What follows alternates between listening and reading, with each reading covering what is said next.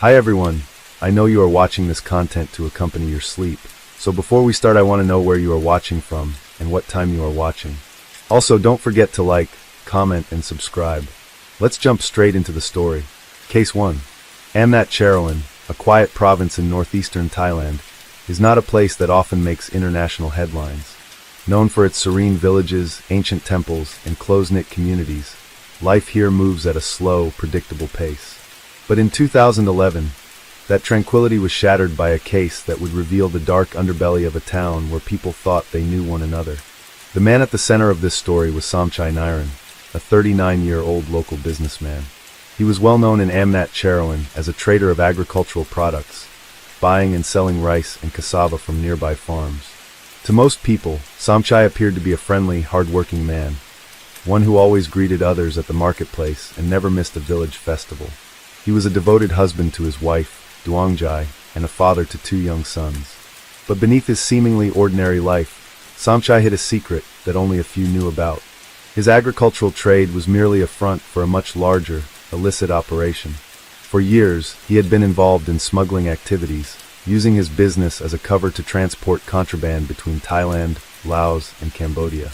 However, this was not what ultimately led to his downfall. His name would make headlines in 2011 for a different reason. A crime that began with a simple dispute and escalated into something far more sinister. The event that set everything in motion occurred in early April when a man named Prazit Wongsuin vanished without a trace. Prazit was a 44-year-old farmer, known for his hard-working nature. He owned a small plot of land on the outskirts of town, where he cultivated rice and raised chickens. On the morning of his disappearance, he had left home as usual to tend to his farm. But by nightfall, he had not returned, and his family began to worry. The next day, they reported his disappearance to the local police. At first, authorities suspected Prazit might have simply gotten lost or suffered an accident. But as the search continued, they stumbled upon a chilling clue: his motorcycle, abandoned near the banks of the Mekong River. The bike was covered in dirt, as if it had been dragged, and footprints led away from it toward the water's edge. Something was wrong. 2 days later, a fisherman casting his nets in the river made a grim discovery. Something large was floating near the shore, caught in the tangled roots of a tree. When authorities arrived, they pulled a badly decomposed body from the water. It bore clear signs of violence. The victim was soon identified as Prazit Wongsuin. The question now was, who had reason to kill Prazit? Amnat Cherowin was not a place known for violent crime. But as the investigation unfolded, detectives learned that Prazit had recently been involved in a heated land dispute. The person on the other side of that dispute, Somchai Niren. In the weeks leading up to his murder, Prazit had been arguing with Somchai over a small but valuable piece of land near the town's edge. Prazit insisted that the land rightfully belonged to him, while Somchai claimed to have purchased it years ago. Their dispute was not just legal, it was personal. Villagers had seen them exchange heated words in the marketplace, in the fields, even along the roadside. But no one imagined it would end in bloodshed. With suspicion mounting, police began to build their case against Somchai. They reviewed security camera footage from a few shops near the crime scene. One recording showed something curious. A white pickup truck, identical to the one Somchai owned, driving along the main road toward the river on the night of Prazit's disappearance. But video footage alone was not enough to convict him. Investigators needed something stronger.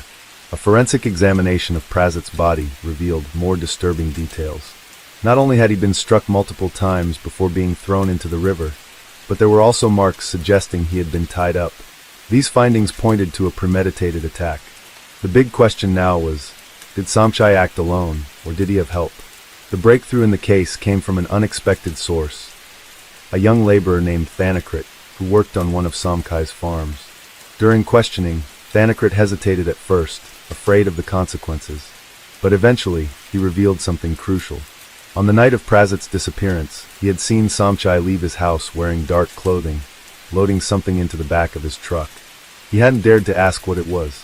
Armed with this testimony, along with the forensic evidence and security footage, police moved in to arrest Somchai Niren at his home. As he was led away, he remained eerily calm, as if he had already accepted his fate. But when the trial began, new revelations emerged. Somchai was not the only one involved. Court proceedings revealed that multiple people had knowledge of the crime, and some may have even played a role in covering it up. But one question remained unanswered: what really happened on that fateful night? And why did Somchai take such extreme measures over a simple land dispute? In the end, the case of Somchai Nairan became one of the most infamous crimes in Amnat Cherowin's history.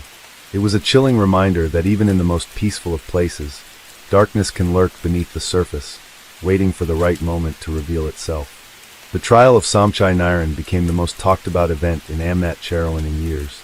The quiet town, which rarely saw crimes beyond petty theft or minor disputes, was suddenly thrust into a legal drama filled with betrayal, violence, and the unraveling of a man who had once been regarded as a respectable businessman. As Somchai sat in the courtroom, he remained composed, his dark eyes fixed forward, betraying little emotion. The prosecution wasted no time in laying out their case, painting a picture of a man who had spent years hiding behind a mask of civility while engaging in criminal activities behind closed doors. But Somchai wasn't just a man with a hidden criminal empire. He was a man who had carefully curated his reputation. In public, he was a devoted family man, a loyal friend, a community leader. But in the shadows, he had accumulated enemies. Some feared him, others despised him, and a few knew the truth about the lengths he was willing to go to protect his interests. The prosecution's argument was simple. Prazit Wongsawin had become an obstacle to Somchai's business dealings. The land dispute was more than just a personal quarrel. It was a threat to Somchai's larger operations. The land in question bordered an old and used road that led toward the Mekong River, a perfect route for smuggling goods unnoticed. If Prazit were to win the legal battle, Somchai's access to that route would be compromised. And so the prosecution argued he had decided to remove the obstacle in the most permanent way possible. However, the defense was prepared.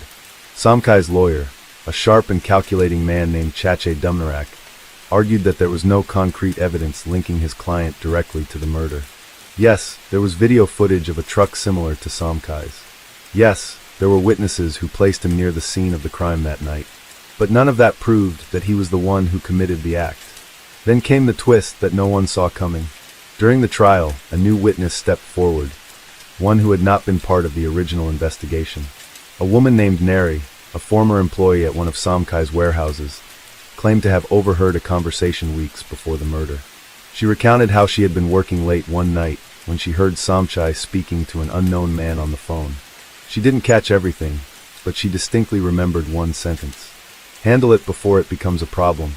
The prosecution seized on this testimony. Who was Somchai talking to?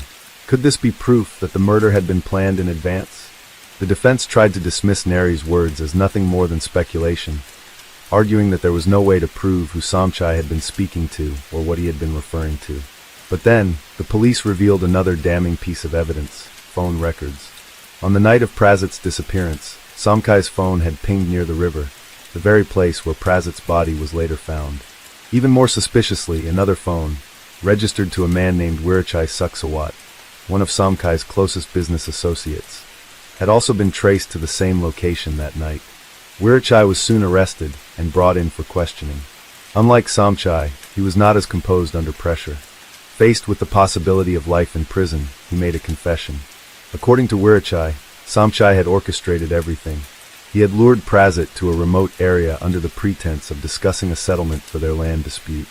But when Prazit arrived, Somchai and another man, believed to be a hired enforcer, were waiting. What followed was a violent struggle. Prazit tried to fight back, but he was outnumbered. They beat him, tied him up, and loaded him into the back of the truck. What happened next was cold and calculated. Instead of simply leaving Prazit's body somewhere it could be easily found, they took him to the river. The plan was to make it look like an accident, perhaps a drowning or an animal attack. But something went wrong. When they threw Prazit into the water, he was still alive. Witnesses later recalled hearing strange splashes and muffled cries from the river that night, but no one had thought much of it at the time. The courtroom fell silent as Wirichai recounted these horrifying details. Even Somchai, for the first time since his arrest, showed visible signs of unease. With this confession, the case against Somchai became impossible to deny. His facade of innocence crumbled. The community that once respected him now looked at him with a mix of fear and disgust. After weeks of trial, the judge finally delivered the verdict: guilty. Somchai Nairan was sentenced to life in prison, while Wirichai received a lesser sentence in exchange for his testimony. The third man involved, the unknown enforcer, was never found. Some believed he had fled across the border into Laos, while others speculated that he had been silenced to prevent him from ever revealing more about the operation. In the aftermath, the town of Amnat Cherowin struggled to come to terms with what had happened. How had a man like Somchai lived among them for so long without anyone suspecting the darkness he carried? How many others had fallen victim to his hidden crimes, their stories left untold? Prazit's family mourned their loss, finding solace in the fact that justice had been served, but knowing that no verdict could bring back the man they had loved. As for Somchai, he faded into the depths of the prison system, his once influential name reduced to nothing more than a cautionary tale.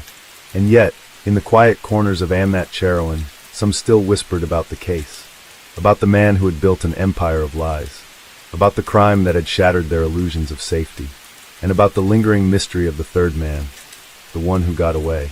The prison gates of Bang Kwang Maximum Security Prison, commonly referred to as the Bangkok Hilton, slammed shut behind Somchai Niran. Though Amnat Cherowin was far from the capital, the gravity of his crimes had earned him a place in one of Thailand's most notorious penitentiaries. He had been a king in his world, a man of influence, money, and power. Now he was just another prisoner, stripped of the luxuries he had once taken for granted. For the first few weeks, Somchai refused to acknowledge the reality of his situation. He carried himself with the same arrogance that had once intimidated those in his business dealings. But prison was a world governed by different rules. He soon learned that his wealth meant little behind these walls.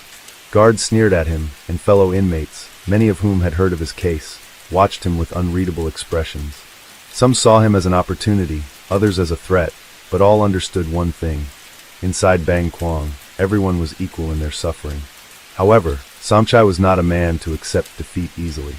Within months, he had managed to find ways to survive.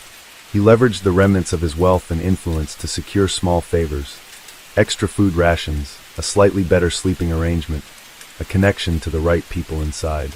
He was no ordinary prisoner. He was a man who had spent his entire life manipulating systems to his advantage. Prison would be no different.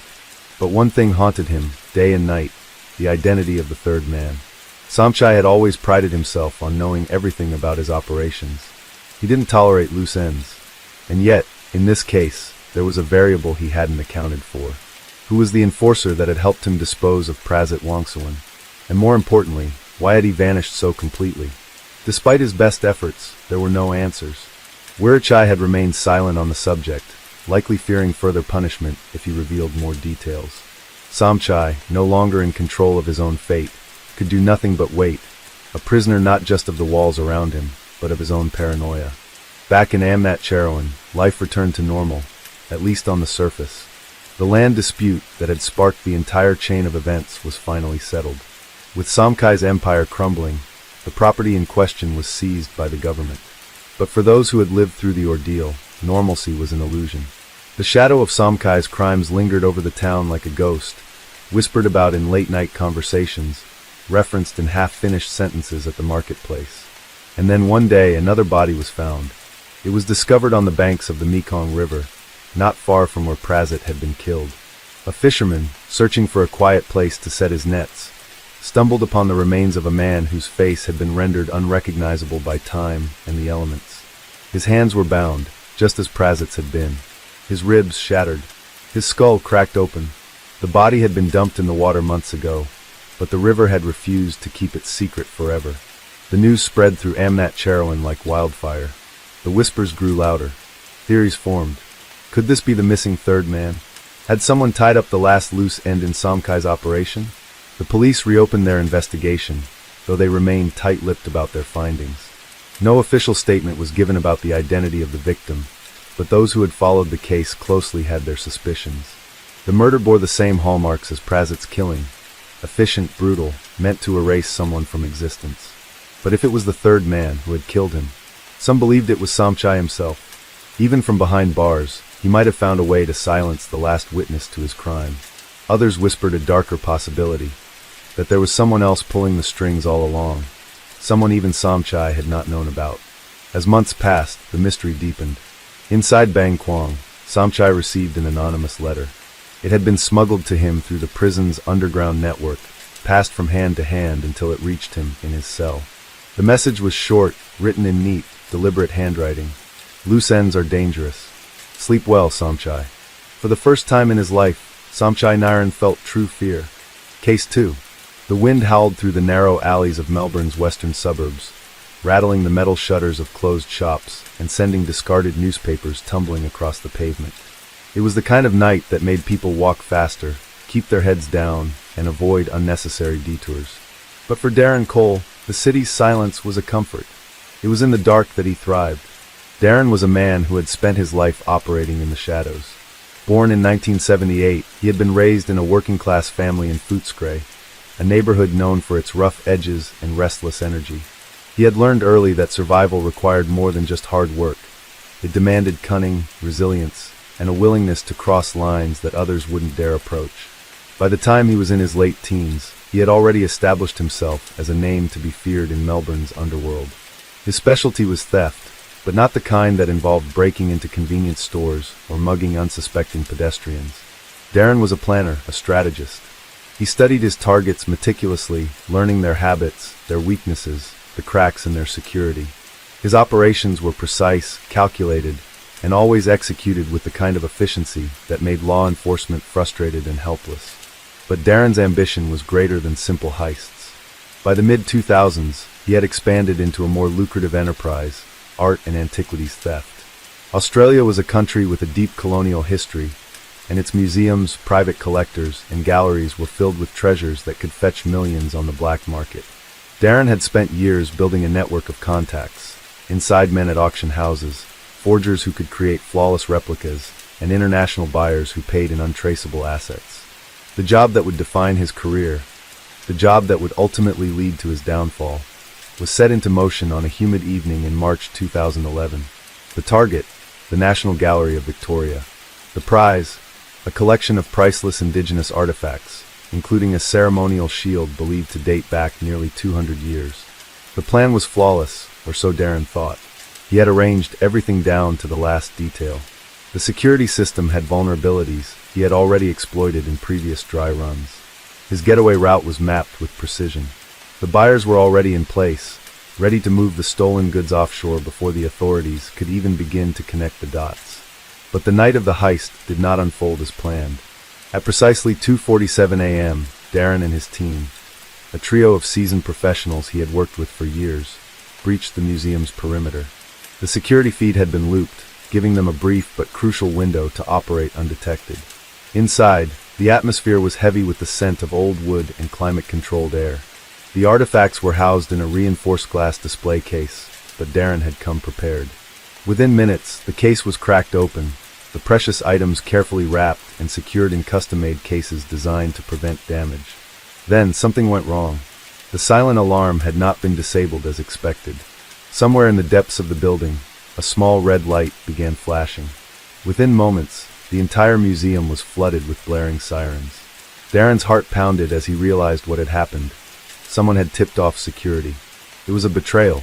As the first squad cars approached, Darren and his team split up. He had always planned for contingencies, but he hadn't accounted for the possibility that one of his own would turn against him. By the time the sun rose over Melbourne, the news had already broken.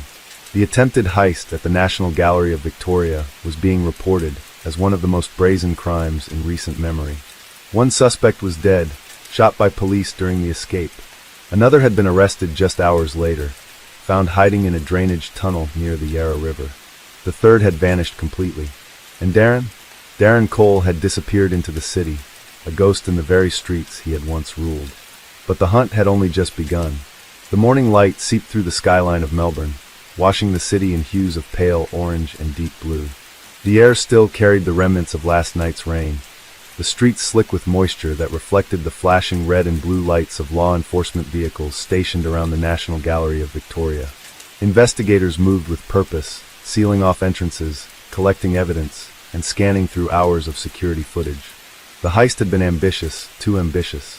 Darren Cole knew he couldn't stay in the city. He had spent years perfecting his ability to blend in, to slip between the cracks of society like a ghost.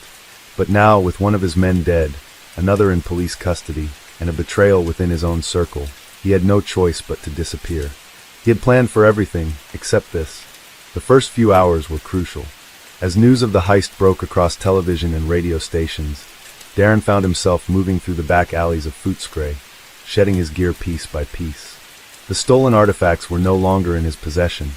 He had hidden them in a prearranged drop site, a small storage unit registered under a fake name in a warehouse district near the docks. If he could reach it, he could still salvage the job. But the city was closing in on him. He had always understood the rules of his world. When the heat is on, you trust no one. He thought about the men he had worked with for years. The one who had been killed, Michael Dean, had been as loyal as they came. Darren felt a dull pang of guilt at the thought of him bleeding out on the cold marble floors of the gallery, but he forced it aside. Guilt was a luxury he could not afford. It was the third man, Adrian Scott, who troubled him. Adrian had vanished without a trace, and that meant one of two things. He had either been caught and was cooperating with the authorities, or he had set Darren up from the beginning. Darren knew his time was running out. By mid-morning, his face was already circulating on news broadcasts.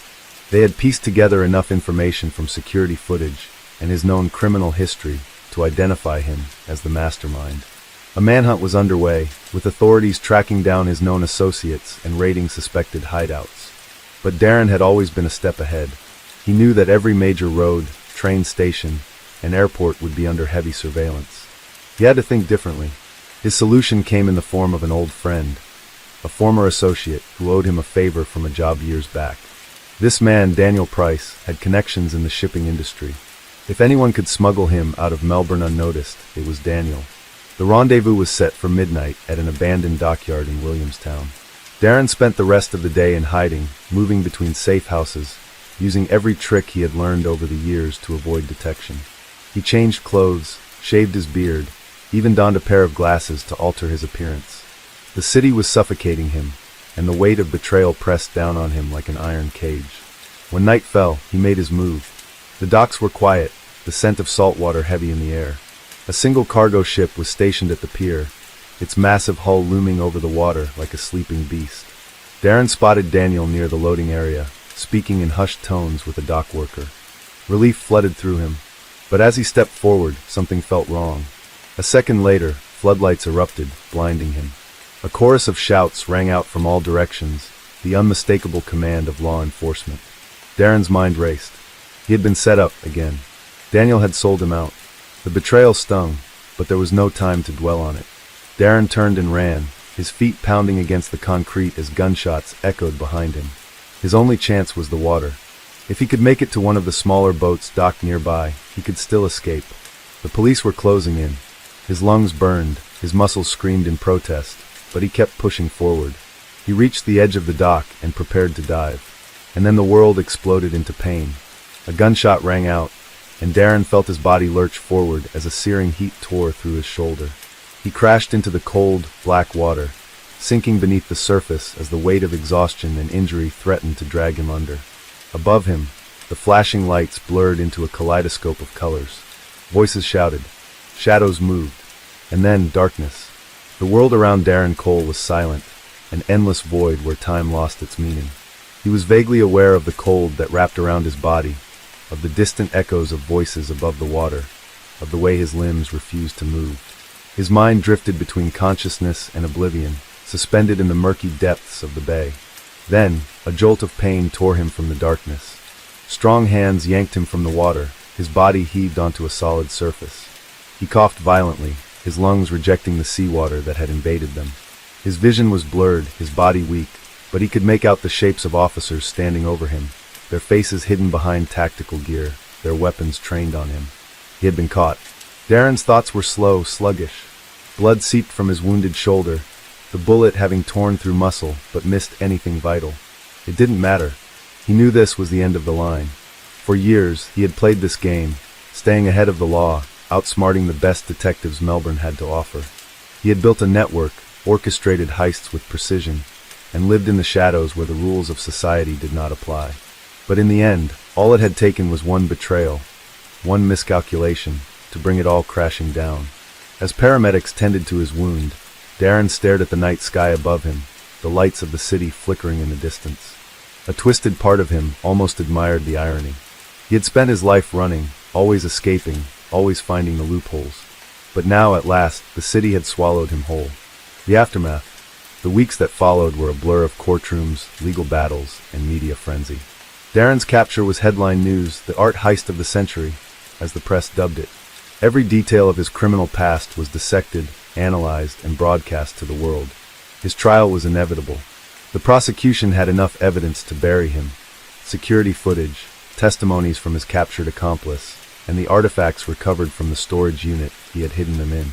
The betrayal that stung the most was Adrian Scott, who had turned witness in exchange for a reduced sentence.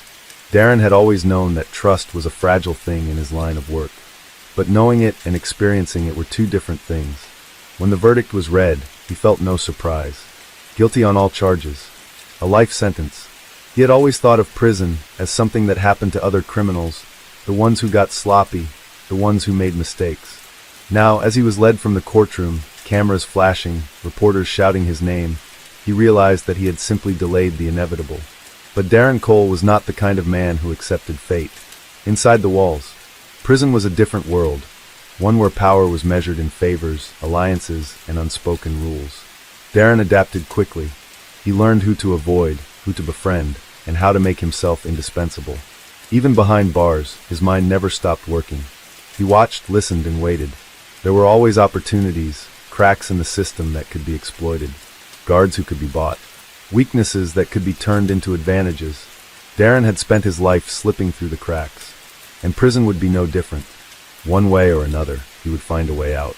Because the game wasn't over yet. Case 3. The town of Ashwood, Kentucky, had always been a quiet place. One of those small southern towns where everybody knew everybody, and life moved at a slow, predictable pace. Rolling hills, dense forests, and winding country roads made up most of the landscape. The kind of place where crime was supposed to be limited to the occasional bar fight or petty theft. But in the summer of 1997, that illusion was shattered. At the center of it all was a man named Earl Mathis. Earl had lived in Ashwood his entire life. A tall, broad-shouldered man in his early 40s, he had the rugged look of someone who had spent most of his days working with his hands. He ran a small auto repair shop on the outskirts of town, the kind of place where people brought their cars not just for repairs but for conversation. He had a reputation for being dependable, someone who'd offer a free tune-up to an old friend or waive off payment for a struggling customer. But there was another side to Earl, a side that very few people saw. Earl Mathis had spent years tangled in a web of debt, bad decisions, and quiet desperation. His auto shop barely kept the lights on. The bills piled up faster than he could pay them, and the bank was closing in. The repo men had already taken his truck once. His marriage had crumbled under the weight of financial strain, leaving him bitter and angry. And then there was the gambling problem. What had started as friendly poker games at the local bar turned into something darker. Earl had debts scattered across the state, bookies who weren't known for their patience, loan sharks who didn't take excuses. He had been given warnings, subtle at first, then more direct. A slashed tire, a brick through his shop window, a phone call in the dead of night, the voice on the other end telling him that time was running out. He needed money. Fast. And that was when Earl made the worst decision of his life. On the night of July 17, 1997, Ashwood was shaken by an event that would be remembered for decades. The town's first national bank, a small, family-owned institution that had served the community for generations, was robbed. It wasn't a sophisticated heist. No elaborate planning, no high-tech gadgets. Just a man with a desperate plan and nothing left to lose. Earl had waited until closing time, watching from his truck as the last customers trickled out. He knew the bank manager, Tom Grady, was always the last to leave, staying behind to count the day's earnings before locking up. Earl had walked into that bank wearing a ski mask and carrying a shotgun, his heart pounding so hard he could hear it in his ears. Tom never stood a chance. The bank's security was minimal. This was Ashwood, after all. No one expected crime here. No one expected Earl Mathis to storm in, yelling orders, demanding cash. The official report would later say that what happened next was unclear. Some claimed Tom Grady had tried to reach for the silent alarm. Others believed Earl had panicked. But when the smoke cleared, Tom lay motionless on the floor, a pool of blood spreading beneath him. Earl had just killed a man, and nothing would ever be the same again. The world seemed to slow in the seconds after the gunshot rang out. The echo of it lingered in the small bank, bouncing off the walls like a phantom, refusing to fade. Earl Mathis stood frozen, his grip tightening on the shotgun as if somehow, holding onto it harder would undo what had just happened. Tom Grady lay sprawled on the floor, his chest rising and falling in uneven, desperate gasps. Blood pooled beneath him, dark and spreading, soaking into the old tile. His eyes were wide, his mouth moving as though he were trying to form words, but no sound came out. Earl hadn't meant for this to happen. The plan had been simple: get in, grab the cash, and get out before anyone could react. But now that didn't matter. The moment the trigger had been pulled, everything changed. The weight of his mistake crashed down on him like a landslide, and yet his body moved on instinct. He had no choice now. Earl bolted toward the counter, vaulting over it with a clumsy stumble. He fumbled with the register, his hands shaking so violently that he nearly dropped the gun. The cash drawer popped open, and he grabbed fistfuls of bills, shoving them into the duffel bag slung over his shoulder. It wasn't enough. He needed more, all of it. His eyes darted to the back office, where the bank's main safe was located. He had worked on the bank manager's car before. He had heard Tom Grady talk about how the safe was always locked at closing time.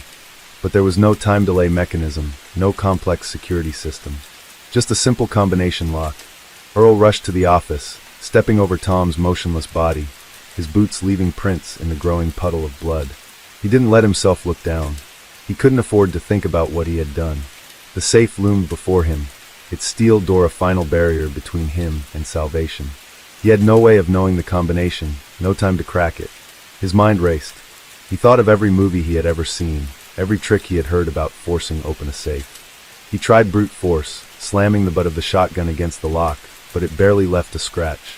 A sound outside made his breath catch. Tires on gravel. Someone was pulling into the parking lot. Panic surged through him. He had wasted too much time. He had been so consumed with getting the money that he hadn't realized how much noise he had made. If someone walked in now, if they saw the body on the floor, if they saw him, Earl's legs moved before his brain could catch up. He bolted back through the bank, nearly slipping on the blood as he ran for the door. He yanked the mask from his face, stuffing it into his pocket. If anyone saw him, they wouldn't see a masked man fleeing a crime scene. They would see Earl Mathis, the mechanic, just another local minding his business. He shoved through the glass doors just as a car rolled to a stop a few yards away. It was Sheriff Bill Lanham. The sheriff had been with the department for over 2 decades. He had seen his fair share of trouble, bar fights, domestic disputes, stolen livestock, but nothing like this. He had driven by the bank on his way home and noticed the front door slightly ajar, something that was unusual for a place that should have been locked up for the night. Now he watched as Earl Mathis walked out, a duffel bag slung over his shoulder, his face pale as a ghost. Something wasn't right. Earl knew he had to act normal. He forced himself to slow his breathing, to steady his steps. He nodded at the sheriff, lifting a hand in a casual wave. "Evenin', Bill," he said, his voice as steady as he could make it. Sheriff Lanham narrowed his eyes. "Everything all right, Earl?" Earl forced a grin. "Yeah, just finished up working on Tom's car earlier. Came by to let him know, but looks like he already left."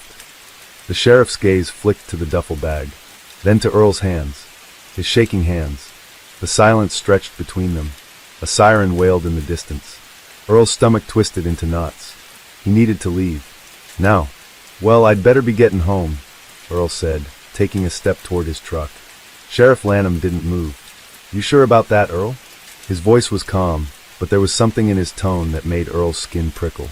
Earl nodded, gripping the bag tighter. "Yep. Long day." The sirens were getting closer. The sheriff's hand drifted toward his holster. Earl ran.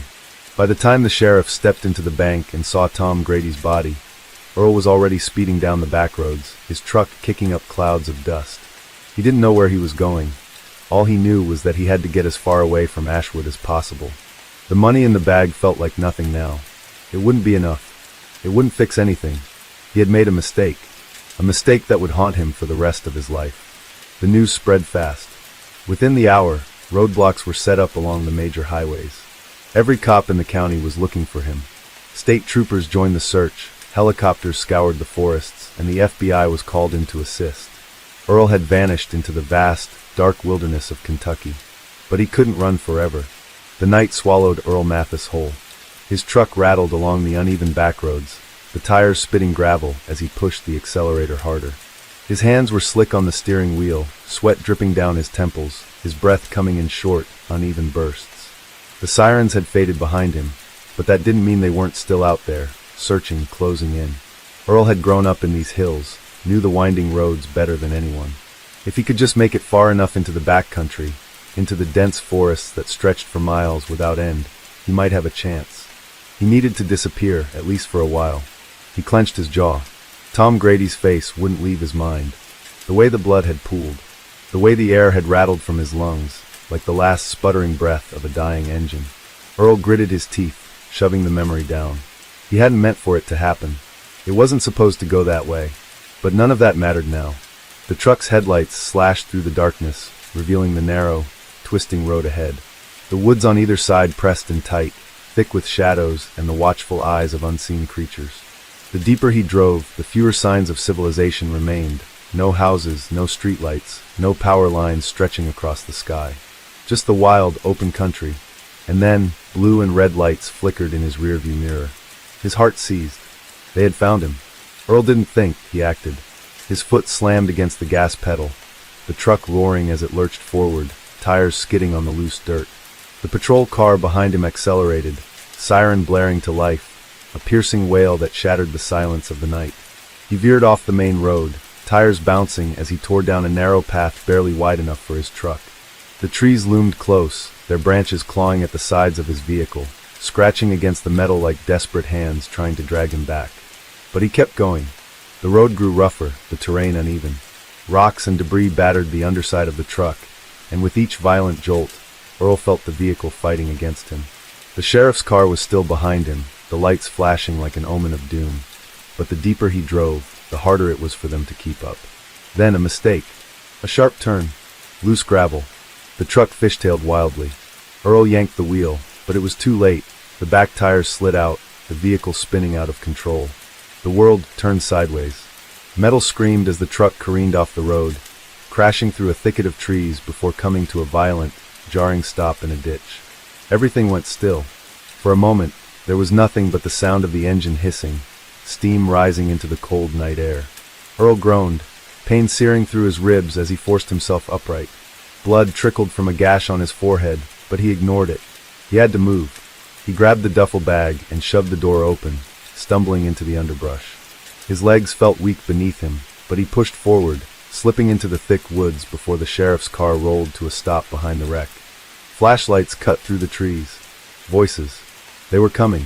Earl ran. For 2 days, Earl evaded capture. The woods became his shelter, his prison, his nightmare.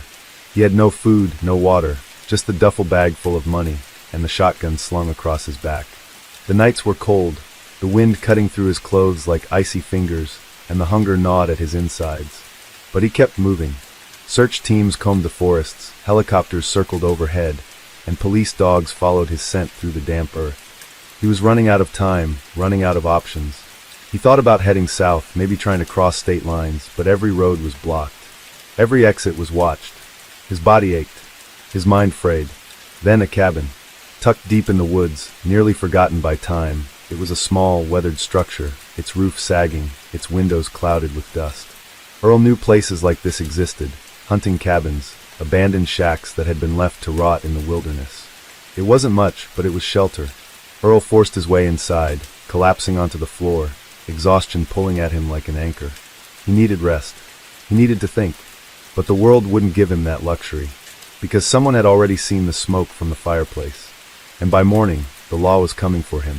The final stand happened as the sun rose over the Kentucky hills. They came in numbers, state troopers, U.S. Marshals, local police, their vehicles lining the dirt path that led to the old cabin. Their voices carried through the trees, calling for Earl to surrender.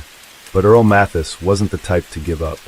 He had spent his whole life fighting, scraping by, clawing his way through every bad hand he had ever been dealt. And if this was the end, he would go out on his own terms. The shotgun felt heavy in his hands. He knew there was no way out. The cabin was surrounded. The air was thick with tension, the kind that made the hairs on the back of your neck stand up. The world seemed to hold its breath. Then one last shot, a final, desperate echo through the hills. And when the officers breached the cabin, they found Earl Mathis slumped against the wall, the duffel bag still clutched in his hands. The money that had cost him everything, the dream that had turned to dust. The town of Ashwood never forgot his name. Some called him a fool. Others called him a desperate man caught in a life that had never given him a chance. But in the end, it didn't matter, because the story of Earl Mathis became just another legend, another ghost that haunted the hills of Kentucky. A man who ran, a man who fought, a man who fell, and the world moved on. Case 4. In the vast desert of Nevada, where the highways stretch endlessly under the scorching sun and the dust settles into every crevice of the abandoned buildings scattered across the landscape, lived a man named Danny Whitmore. To outsiders, Danny was just another drifter, a man in his late 30s who had spent most of his life moving from town to town, never settling in one place for too long. His past was as scattered as the footprints in the desert sand, erased by the wind and time. But for those who had the misfortune of truly knowing him, Danny was more than just a wanderer. He was a man with a dark past, one that left a trail of unanswered questions and unsolved mysteries across multiple states. Born in 1976 in a small town near Reno, Danny had a childhood marked by instability. His father, a truck driver, was often away for long stretches, while his mother worked odd jobs to make ends meet. His early years were filled with nights spent alone, staring at the ceiling as he listened to the sounds of distant traffic, wondering what life was like beyond the desolate streets of his childhood.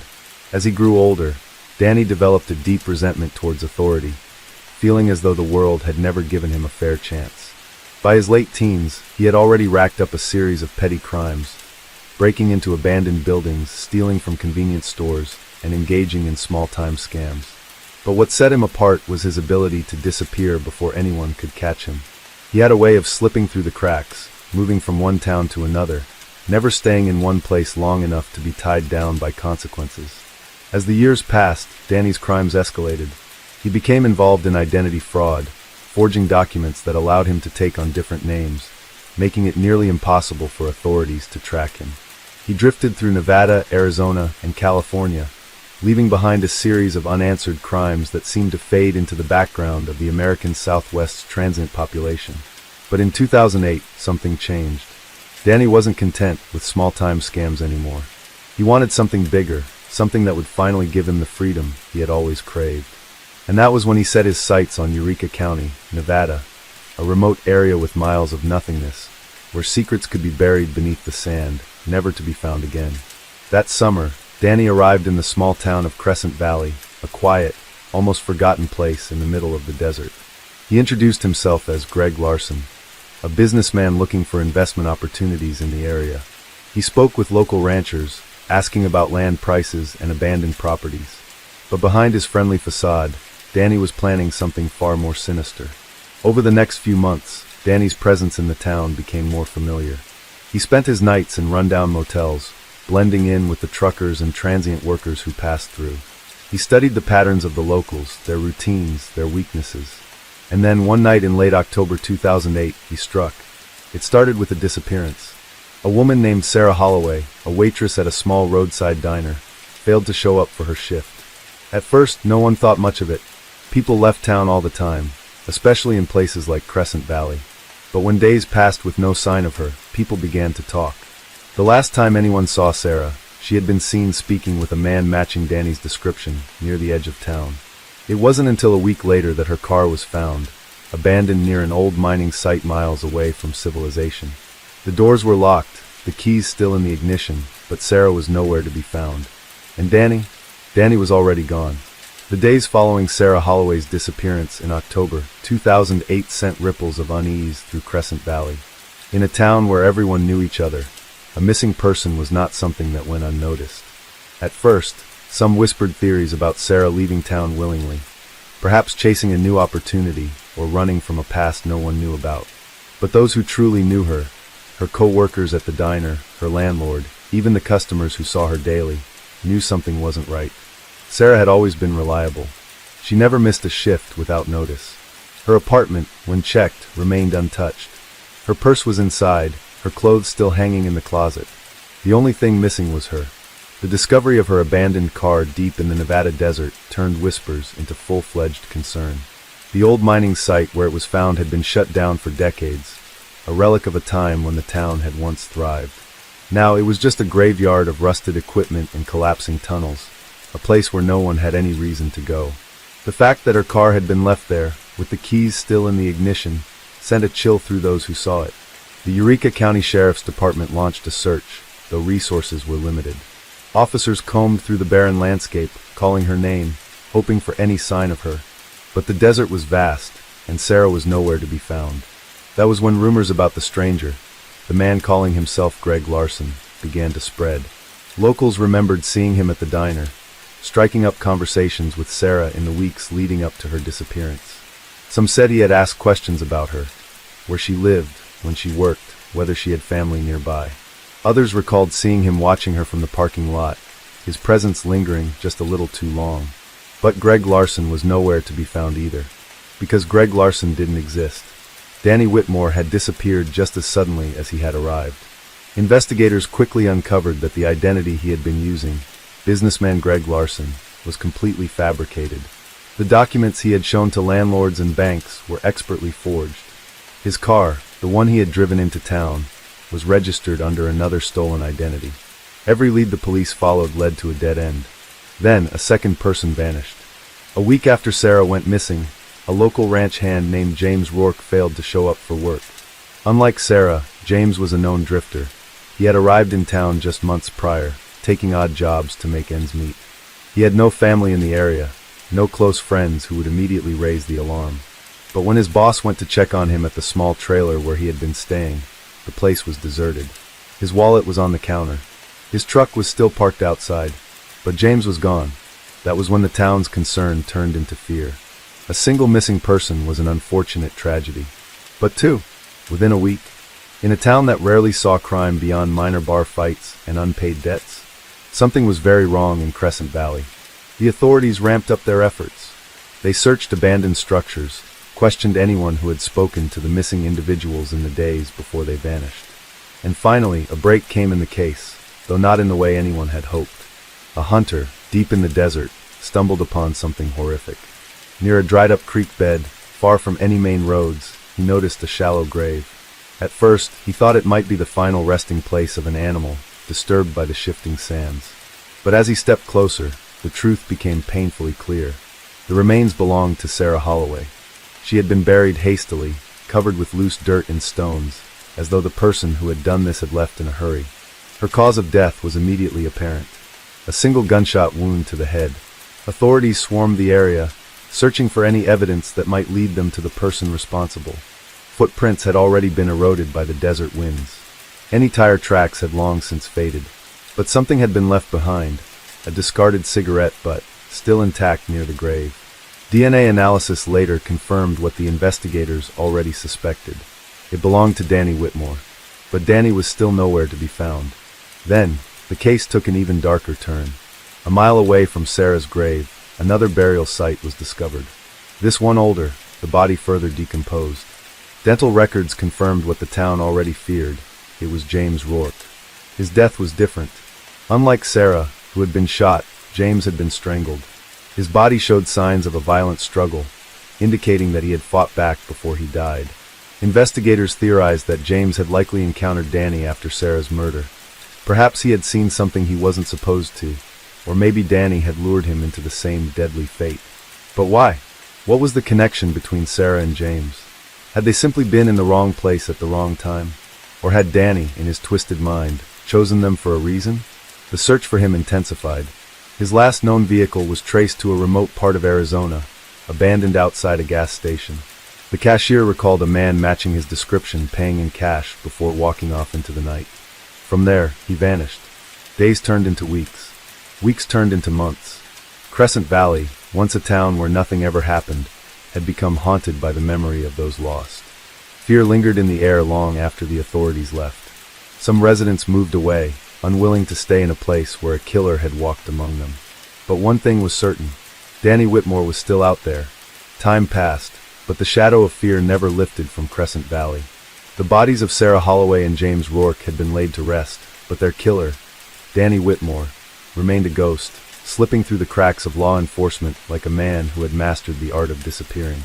The desert had swallowed him whole, leaving behind only whispers and speculation. For years, the case remained open but cold.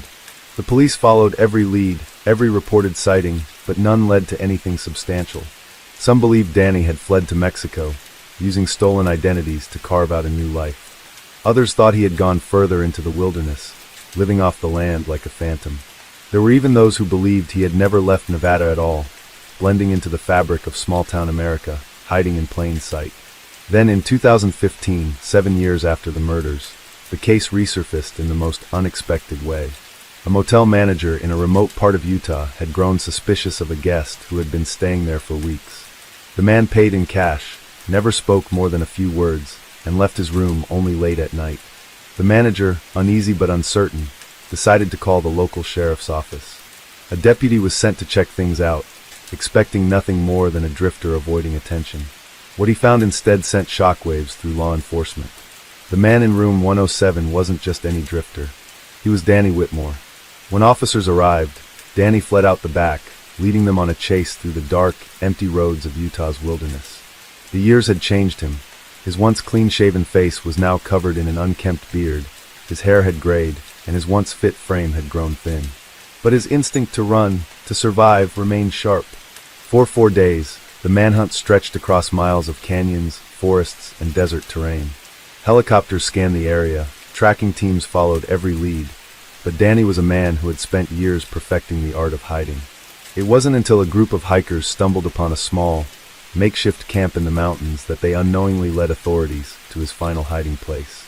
The campsite was crude, little more than a tarp strung between trees, a fire pit, and scattered cans of food. But there was something chilling about the way it was arranged. A stack of notebooks sat neatly in a plastic container, protected from the elements. When officers searched through them, they found pages upon pages of writing, a twisted, detailed account of the years Danny had spent in hiding.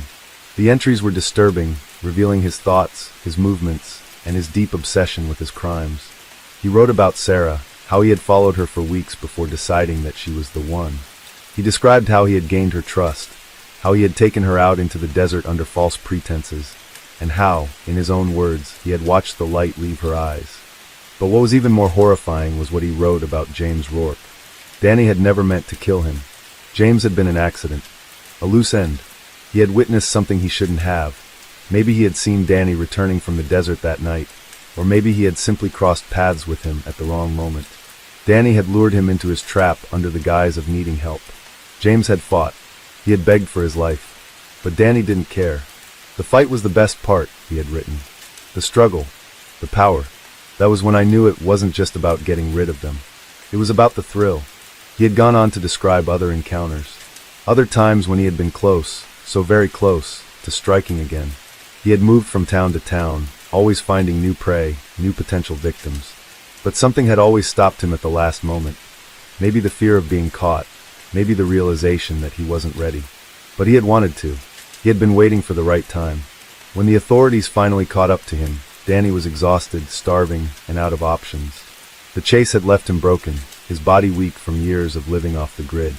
He didn't fight when the officers surrounded him. He simply sat there, staring at them with a hollow, vacant expression. And then, in the cold light of dawn, he smiled. A slow, eerie smile that sent a chill through even the most seasoned officers. Danny Whitmore was arrested without resistance. At trial, the evidence was overwhelming. His journals were the final, damning piece that left no room for doubt. The prosecution didn't have to argue motive. Danny had provided that himself, in his own words. He was convicted of 2 counts of first-degree murder and given life without the possibility of parole. But even behind bars, there was something unsettling about him. Prison guards reported that he rarely spoke, rarely interacted with other inmates. But sometimes, late at night, they would catch him staring at the walls of his cell, as if lost in thought, as if reliving every moment. The story of Danny Whitmore became one of Nevada's most infamous cases. The man who had killed for pleasure. The predator who had vanished into the desert, only to return years later, still craving the hunt. And perhaps the most unsettling part, in his final journal entry, before his capture, Danny had written just 5 words. I was never really done. Case 5. Deep in the heart of Virginia, where rolling hills and dense forests stretch for miles, there existed a crime so sinister that it would haunt the local community for decades. The year was 1997, a time when small towns in Virginia still held on to the illusion of safety, and a time when the name Eddie Calloway would become synonymous with terror. Eddie was an unremarkable man by most standards, a truck driver in his mid-40s with a past so uneventful that no one could have predicted the darkness that lay dormant within him. He was neither particularly friendly nor noticeably unfriendly, a man who blended into the background, one who could pass by you in a grocery store without leaving a single lasting impression. But beneath that mundane exterior was a storm brewing, a hunger for control and cruelty that had gone unnoticed for years. Eddie had lived in Virginia all his life, born and raised in the town of Staunton, nestled in the Shenandoah Valley. His childhood had been marred by an overbearing father and a mother too afraid to intervene. He was the kind of child who never quite fit in, the type who preferred solitude over companionship. His only real connection to the world was through the long hours spent behind the wheel of his truck, traversing desolate highways, his mind lost in the static of late-night radio. But on the night of October 23, 1997, Eddie Calloway's quiet existence unraveled into something monstrous. Route 250 was a lonely road stretching through Augusta County, an expanse of asphalt that cut through forests, abandoned farms, and the occasional gas station. It was a road notorious for its isolation, especially at night, when only the faint glow of headlights pierced the consuming darkness. It was along this very stretch of highway that Marissa Langford, a 23-year-old college student, was last seen alive. Marissa had been driving home from a friend's house in Richmond, her car packed with textbooks and a bag of leftover pizza. A history major at the University of Virginia, she was known for her sharp mind and infectious laugh. Her parents had expected her home by midnight, but when the clock struck 2 and there was still no sign of her, worry began to set in. At 2:45 a.m., a trucker passing through Route 250 reported an abandoned vehicle on the side of the road. The driver's side door was slightly ajar, the engine was still running, and Marissa's purse was resting on the passenger seat. But Marissa herself was nowhere to be found. The search began almost immediately. Police combed through the area, using flashlights to pierce through the dense forest lining the road. They found tire tracks leading off the shoulder into a narrow dirt path rarely used. It was here, half a mile into the woods, that they discovered a chilling scene. Marissa's body lay beneath a fallen oak tree, her clothes disheveled, her belongings scattered as if she had fought for her life. There were no immediate signs of struggle on the road, no indication that she had been forcibly removed from her car. It was as if she had willingly stepped out, unaware of the fate that awaited her. The coroner's report would later reveal she had been strangled, her body left in the cold Virginia soil for hours before the police found her. There were no signs of sexual assault, no robbery, just a senseless act of violence that left investigators baffled. The case gripped the town in fear. Women no longer traveled alone at night, and Route 250 became a road avoided by those who could afford a detour. Flyers with Marissa's face were plastered on telephone poles, grocery store bulletin boards, and pinned to the doors of gas stations. Leads were scarce. Witnesses were non-existent. No one had seen Marissa's car pull over. No one had heard a struggle. The crime seemed almost impossible. How could someone vanish from a busy highway without a single soul noticing? Then, a week later, a chilling revelation emerged. A security camera from a rest stop 20 miles away had captured a blurry image of a truck, a dark-colored Mack truck with a dented front bumper, pulling out of the parking lot at 1:57 a.m. on the night of Marissa's disappearance. The footage was grainy, the quality poor, but it was enough to spark suspicion. Truck stops, the police soon realized, had been Eddie Calloway's hunting ground for years. Though his name had never surfaced in any criminal investigations before, Eddie's truck matched the description of the one in the footage. He had been seen at the rest stop that night, purchasing coffee and cigarettes. When police visited his home in Staunton, they found his truck parked in the driveway, the front bumper slightly dented, exactly like the one in the footage. It was circumstantial evidence, but the police had a gut feeling. Eddie Calloway was hiding something, but what they would later discover, buried deep within his past, would be far worse than anyone had imagined. Eddie Calloway did not resist when the police came knocking on his door. He greeted them with a tired expression, wiping his grease-stained hands on his jeans, as if they were old friends stopping by for a visit. His truck sat in the driveway, a silent witness to whatever secrets lay beneath its metal frame. "We just want to ask a few questions," the lead investigator had said, but Eddie already knew. He had seen the news, heard the whispers. He knew they would come. Inside his home, a cramped, dimly lit space littered with ashtrays and empty beer cans, Eddie's life was as unremarkable as ever. The walls were bare, save for an old calendar from a truckers' convention in the 80s. The furniture was outdated, a couch that sagged in the middle and a television that flickered with static. The police weren't expecting a confession that day, but Eddie gave them something else: inconsistencies. His story changed slightly with each telling. He had been at the rest stop, yes, but he left before midnight. Then it was just after 1. Then he couldn't remember. His alibi crumbled further when investigators noticed the fresh scratches on his forearm, barely healing. He claimed it was from unloading cargo. His employer said otherwise. Eddie hadn't been assigned any deliveries in the last 3 days. The police took his truck in for inspection. That was when they made their first real discovery.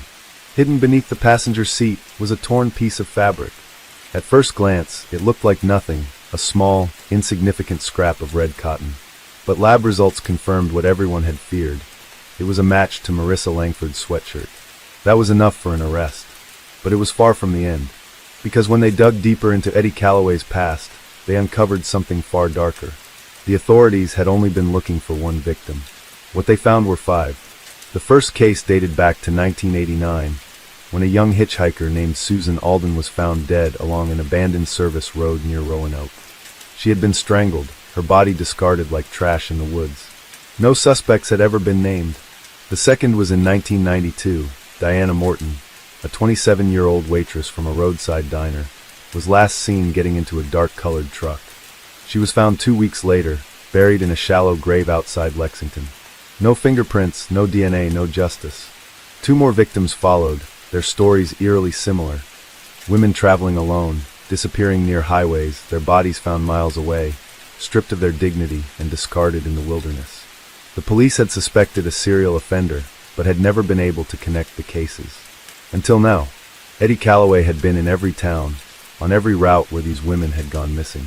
The receipts, the logbooks, and the toll records painted a grim picture. He had always been there. A ghost on the highway, slipping in and out of the lives of strangers unnoticed. But what disturbed investigators the most was the discovery inside Eddie's locker at his trucking depot. Among the mess of old receipts and trucker magazines, they found a box, a small, dented tin box. Inside, wrapped in plastic, were souvenirs: a lock of hair tied with a ribbon, a bracelet missing its clasp, a faded photograph of a girl whose identity was never determined, and at the very bottom, a student ID familiar haunting: Marissa Langford. Eddie Calloway was arrested on November 4, 1997, charged with the murder of Marissa Langford. As news of his arrest spread, families of other missing women began reaching out to authorities, desperate for answers. The trial was one of the most sensational in Virginia's history. The evidence was overwhelming: his truck, the fabric, the box of trophies. But Eddie never confessed. Not once. Not to the police, not to his lawyer, not to anyone. He sat through the proceedings with a blank stare, never reacting, never showing remorse. When the verdict was read, guilty of first-degree murder, sentenced to life in prison without parole, he simply nodded, as if he had been expecting it all along. Eddie Calloway died in prison 6 years later, never revealing the full extent of his crimes. Some believed there were more victims, bodies never found, families left without closure. His name faded from public memory, swallowed by time like the lonely roads he once haunted. But for those who knew the story, who had followed the case, Route 250 would never feel the same again. Even after Eddie Calloway was locked away, the scars he left behind refused to fade. The families of the victims, those who had been found, and those who never were left to piece together fragments of memories, struggling to understand the mind of a man who had turned Virginia's highways into his hunting ground. For years, the small towns that dotted Route 250 carried the weight of his crimes. Diners where the missing women once ate their last meals became landmarks of tragedy. Gas stations where they had last been seen were marked by shadows of suspicion, reminders of the dangers lurking in plain sight. Truckers passing through Virginia spoke in hushed tones about the man who had driven among them, unnoticed for years. Some claimed to have shared meals with him, parked beside him at rest stops, or even swapped cigarettes during long hauls. None had suspected a thing. It was a chilling thought. How many times had Eddie Calloway blended into the crowd, just another face in the restless flow of the highway? Even with Eddie's conviction, the full truth remained elusive. Investigators believed that Marissa Langford was not his last victim, just the one who got him caught. The police had tried to get him to confess to more.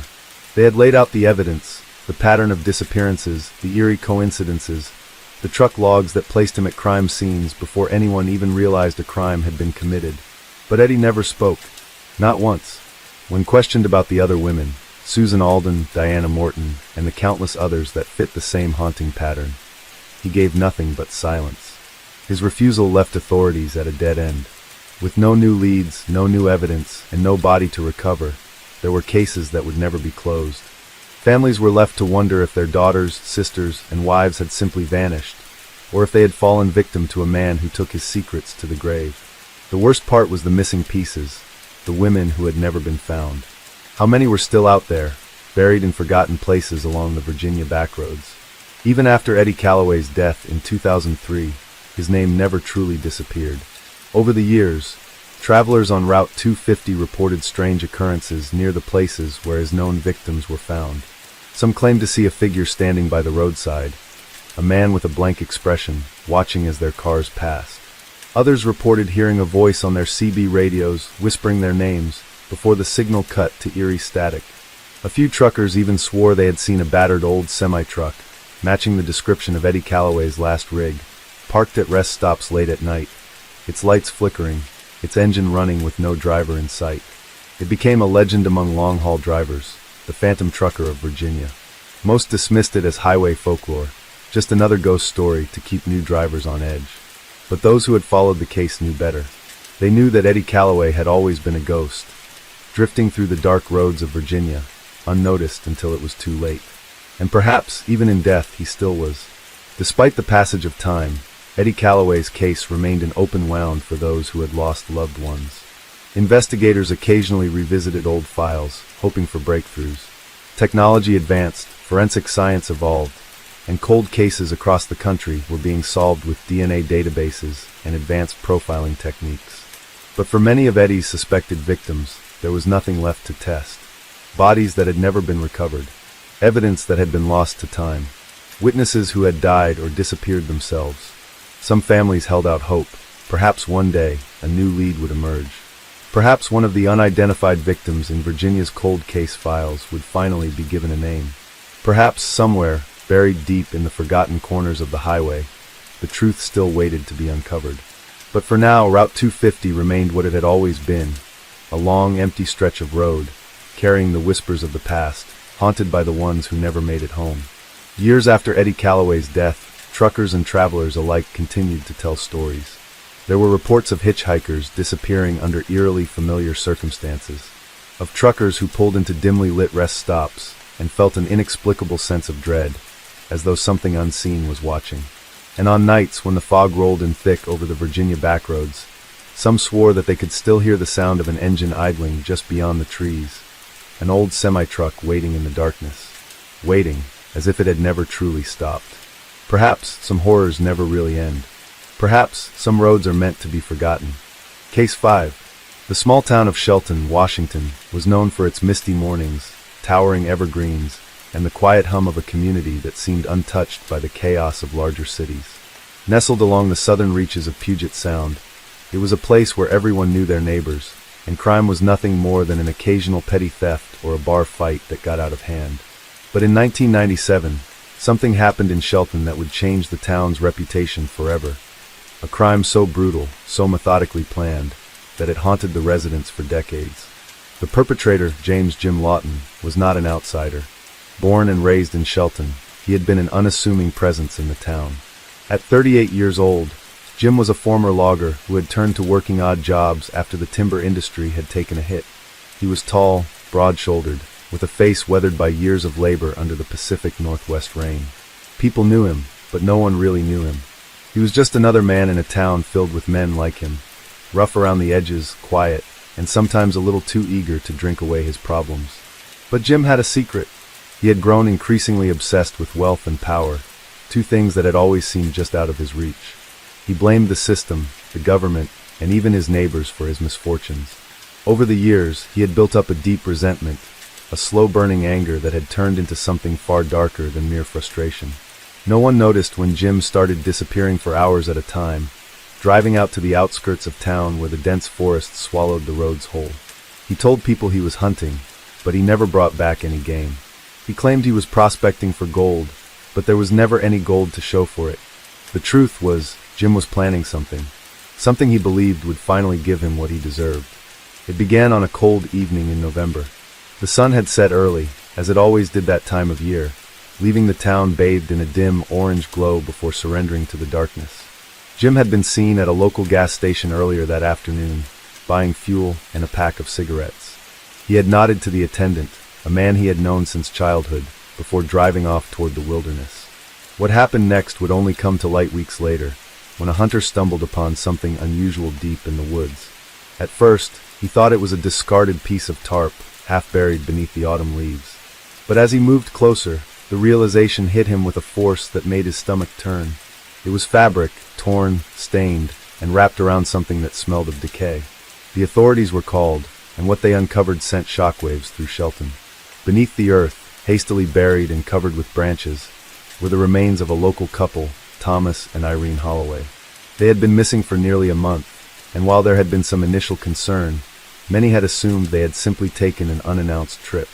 The Holloways were wealthy, one of the few families in town who had managed to thrive even as the economy faltered.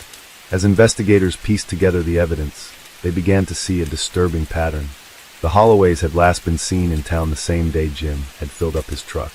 Surveillance footage from a bank showed them withdrawing a large sum of cash, money that was never found. Their home had shown no signs of forced entry, but their car was missing. It was later discovered abandoned near a remote logging road, stripped of anything valuable. Jim Lawton, with his deep-seated resentment for those who had more than him, quickly became the prime suspect. When questioned, he was calm, too calm.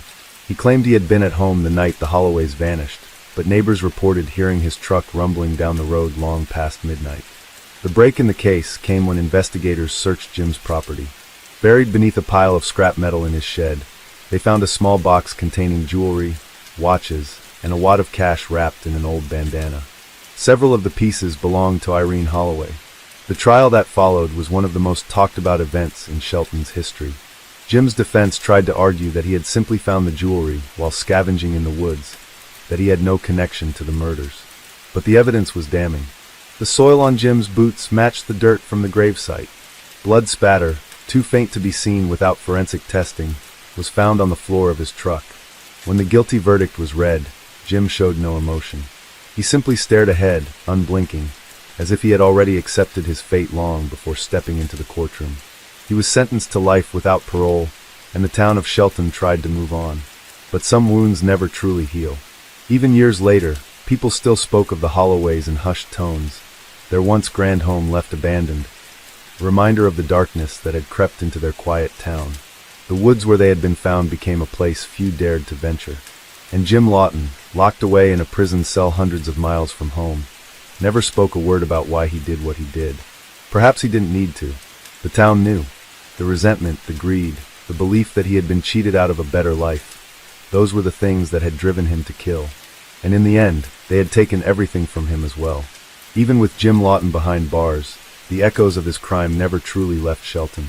The once peaceful town found itself gripped by an undercurrent of fear that refused to fade. The Holloways had been two of the town's most well-known residents, and their murder had shattered the illusion that Shelton was untouchable by the horrors of the outside world. Their abandoned house stood as a monument to that tragedy. Once a symbol of prosperity, it became something else entirely, a chilling reminder of lives stolen in the most brutal way possible. The property, perched on a small hill overlooking the town, had always been immaculate. Irene had been meticulous about her gardens, keeping them in perfect bloom regardless of the season. But now wild ivy curled around the wrought iron gates, and the flower beds sat untended, overgrown with weeds. No one dared to touch the place. No one wanted to. Rumors spread like wildfire, as they always did in small towns. Some said Jim had hidden more bodies, that the Holloways weren't his first victims. Others whispered that he had an accomplice, someone who had helped him dispose of evidence, someone still lurking among them. The police dismissed such theories, but they couldn't erase the unease that settled over Shelton like an early morning fog. For months after the trial, a sense of paranoia clung to the town. People double-checked their locks at night, something they had never done before. Guns were bought, security cameras were installed, and for the first time in its history, Shelton felt like a town at war with its own shadow. But as time passed, the whispers died down. People went on with their lives, as people always do. Businesses opened, children played in the streets, and slowly, the town began to mend. The Holloway house remained untouched, and the woods where they had been found became a place to avoid. Life carried on, but the tragedy had left an invisible scar, one that only those who had lived through it could truly see. The story should have ended there, with Jim Lawton locked away for life, Shelton returning to its former self, and the Holloways resting in peace. But in the fall of 2002, 5 years after the murders, something happened that reignited the terror Shelton had tried so hard to bury. It started with a hunter. William Gentry was not an easily frightened man. He had lived in Shelton his entire life, and he knew the surrounding woods better than most. He had been hunting since he was old enough to hold a rifle, and he had spent more nights in the wilderness than he could count. But nothing had prepared him for what he stumbled upon that cold October morning. The air was crisp, the kind of autumn morning where the chill cut straight through the skin. William had ventured deep into the forest, further than he normally would. The deer had been scarce that season, and he figured heading toward the older logging trails might bring him better luck. But as he walked through the dense trees, something caught his eye, a patch of earth that looked out of place. At first, he thought it was just a fallen branch disturbing the natural flow of the landscape, but as he stepped closer, he realized it was something far worse. The ground had been disturbed. Recently, the dirt was looser than it should have been, uneven, as if something had been buried there. And then the smell hit him. William had been around death before. It was a scent you never forgot, but this was different. This was stronger, fresher. With his heart pounding in his chest, he backed away and immediately called the police. Within hours, the area was swarming with investigators, and what they uncovered sent shockwaves through Shelton once more. Buried beneath the loose earth was a human body. The remains were fresh, no more than a few weeks old. The victim, a woman in her late 20s, had been bound and strangled before being buried in the shallow grave. But it wasn't just the murder that unsettled the authorities. It was how she had been killed. The method, the precision, the way the body had been left. It was identical to the Holloway murders. But Jim Lawton was still in prison. The discovery sent Shelton spiraling into chaos once again. The case had been closed, the town had moved on, but now it seemed that the nightmare was far from over. If Jim hadn't been working alone, then who was still out there, continuing his crimes? Theories flooded in. Some believed Jim had an accomplice, someone who had learned from him, and was now picking up where he had left off. Others feared that the town had convicted the wrong man, that Jim had been innocent all along, and the real killer had never been caught. Investigators combed through every detail of the new victim's life, searching for any connection to the Holloways. The woman, identified as Melissa Carter, had no known ties to the town. She had been passing through, staying at a roadside motel on the outskirts of Shelton. But her presence in the town at the time of her disappearance seemed too coincidental. A chilling realization soon followed. When police reviewed the security footage from the motel, they discovered that Melissa had been seen talking to a man the night before she vanished. The footage was grainy, the man's face mostly obscured, but one detail stood out. He was wearing a work jacket, one that looked eerily similar to the ones worn by Shelton's former logging crews. A jacket just like the one Jim Lawton had worn the day he was arrested. As the investigation continued, tension in Shelton reached a breaking point. People were terrified. Had they imprisoned the wrong man? Had Jim manipulated the system, convincing the town of his guilt while the real murderer had continued lurking among them? Then came the most unsettling discovery of all. When authorities revisited Jim Lawton's case, digging through every piece of evidence, every statement, every detail of the trial, they found something that had been overlooked, something that changed everything. The DNA found on one of Irene Holloway's stolen belongings, which had been used to convict Jim, had never been definitively matched to him. The forensic technology at the time had only confirmed that it was a possible match, not an absolute one.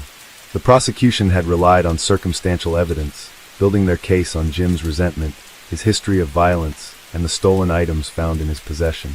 But had they ever truly proven that he was the killer? Had Shelton put an innocent man behind bars? And if so, who had actually murdered the Holloways? The discovery sent shockwaves through the case.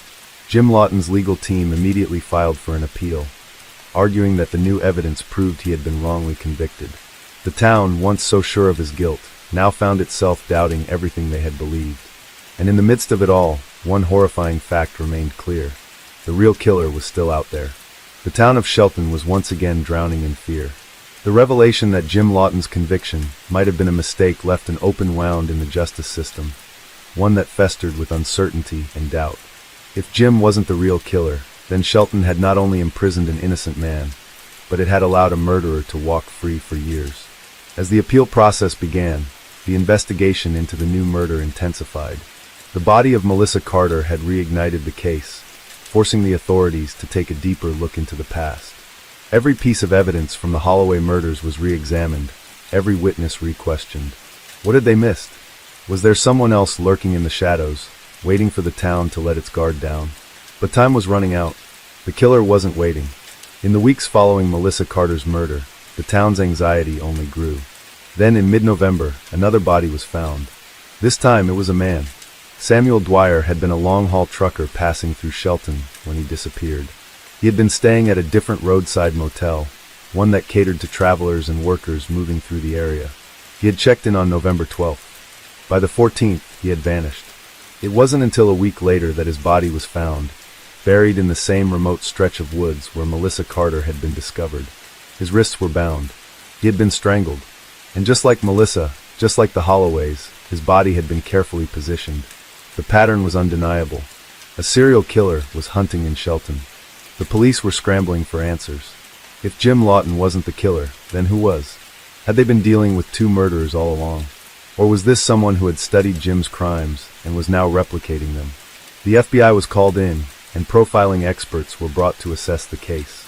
They determined that the killer had a level of precision that suggested familiarity with the town, possibly someone who had lived there for years. They also believed the killer was methodical, someone who enjoyed the process, who took their time selecting victims. But there was one detail that stood out. Samuel Dwyer had a strange connection to the Holloway case. Though he had no direct ties to Shelton, he had worked for a trucking company that made deliveries to the region in the late 90s. Records showed that in the months leading up to the Holloway murders, Dwyer had made at least 3 stops in the town. It wasn't much, but it was enough to raise suspicion. Had he known something? Had he seen something back then that made him a target now? The authorities dug deeper, uncovering another chilling detail. Before his disappearance, Dwyer had made a phone call to a number that had since been disconnected. They traced it back to a payphone located near a diner just outside Shelton. Witnesses recalled seeing him there, making the call, looking over his shoulder as if he were nervous. Who had he been trying to reach? The case took a drastic turn when Jim Lawton's appeal was granted. The court agreed that the forensic evidence used to convict him had been flawed. His legal team argued that without a definitive DNA match, his conviction had relied too heavily on circumstantial evidence. After 17 years behind bars, Jim Lawton walked free. His release sent shockwaves through Shelton. Some still believed he was guilty, but others weren't so sure anymore. If Jim wasn't the killer, then the real murderer had gone unpunished for nearly 2 decades. Worse, that person was still out there, still hunting. The police had no choice but to re-examine every suspect from the past. Every person who had been close to the Holloways, every worker who had been near their home, every neighbor who had ever had a grudge against them. And that's when they found something.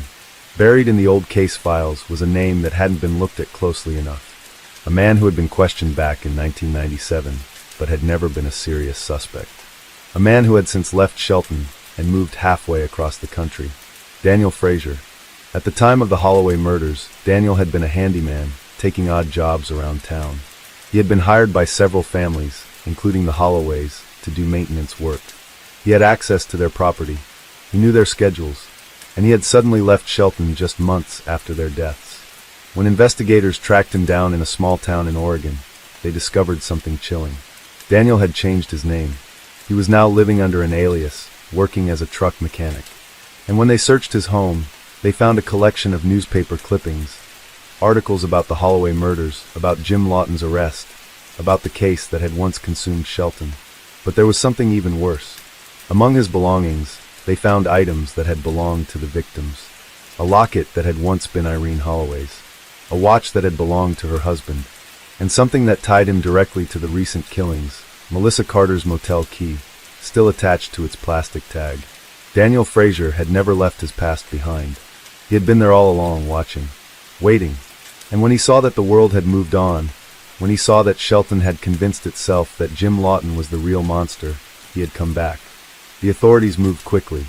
Daniel was arrested at his home, taken into custody without incident. When they questioned him, he refused to speak. He simply sat in silence, as if he had already accepted his fate. But there was one thing he couldn't deny.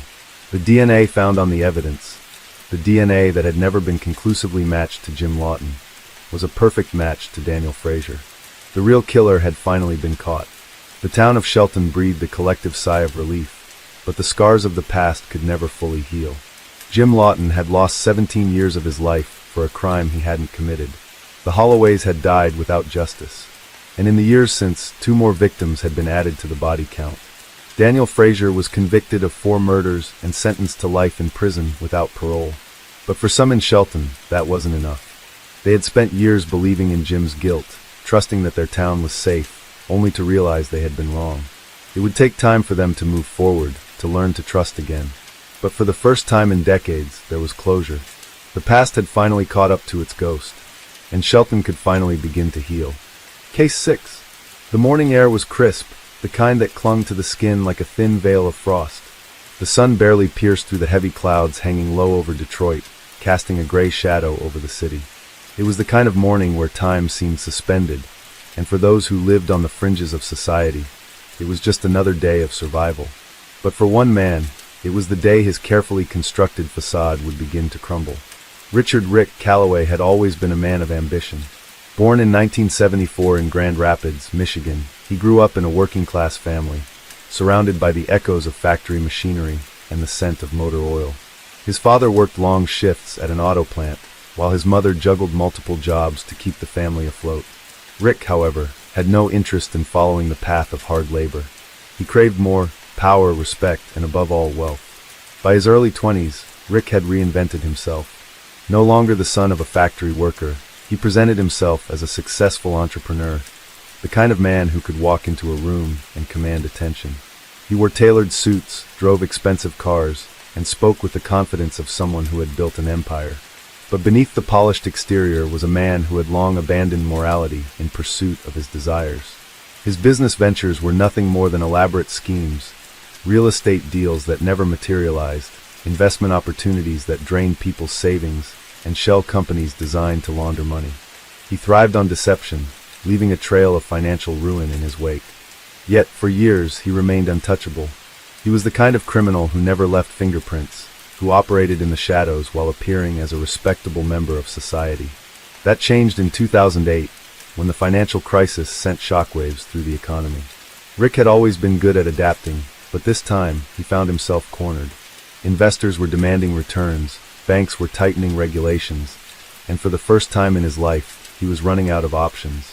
In desperation, he turned to more extreme measures, ones that could no longer be explained away as simple business missteps. It started with a disappearance. On a cold February morning, Daniel Harrow, a small-time investor who had placed his trust in Rick, was reported missing. He had last been seen leaving his office in downtown Detroit, his car still parked in its usual spot. His phone went straight to voicemail, and within days, his family began to suspect that something was terribly wrong. The police began their investigation, tracing Daniel's last known whereabouts.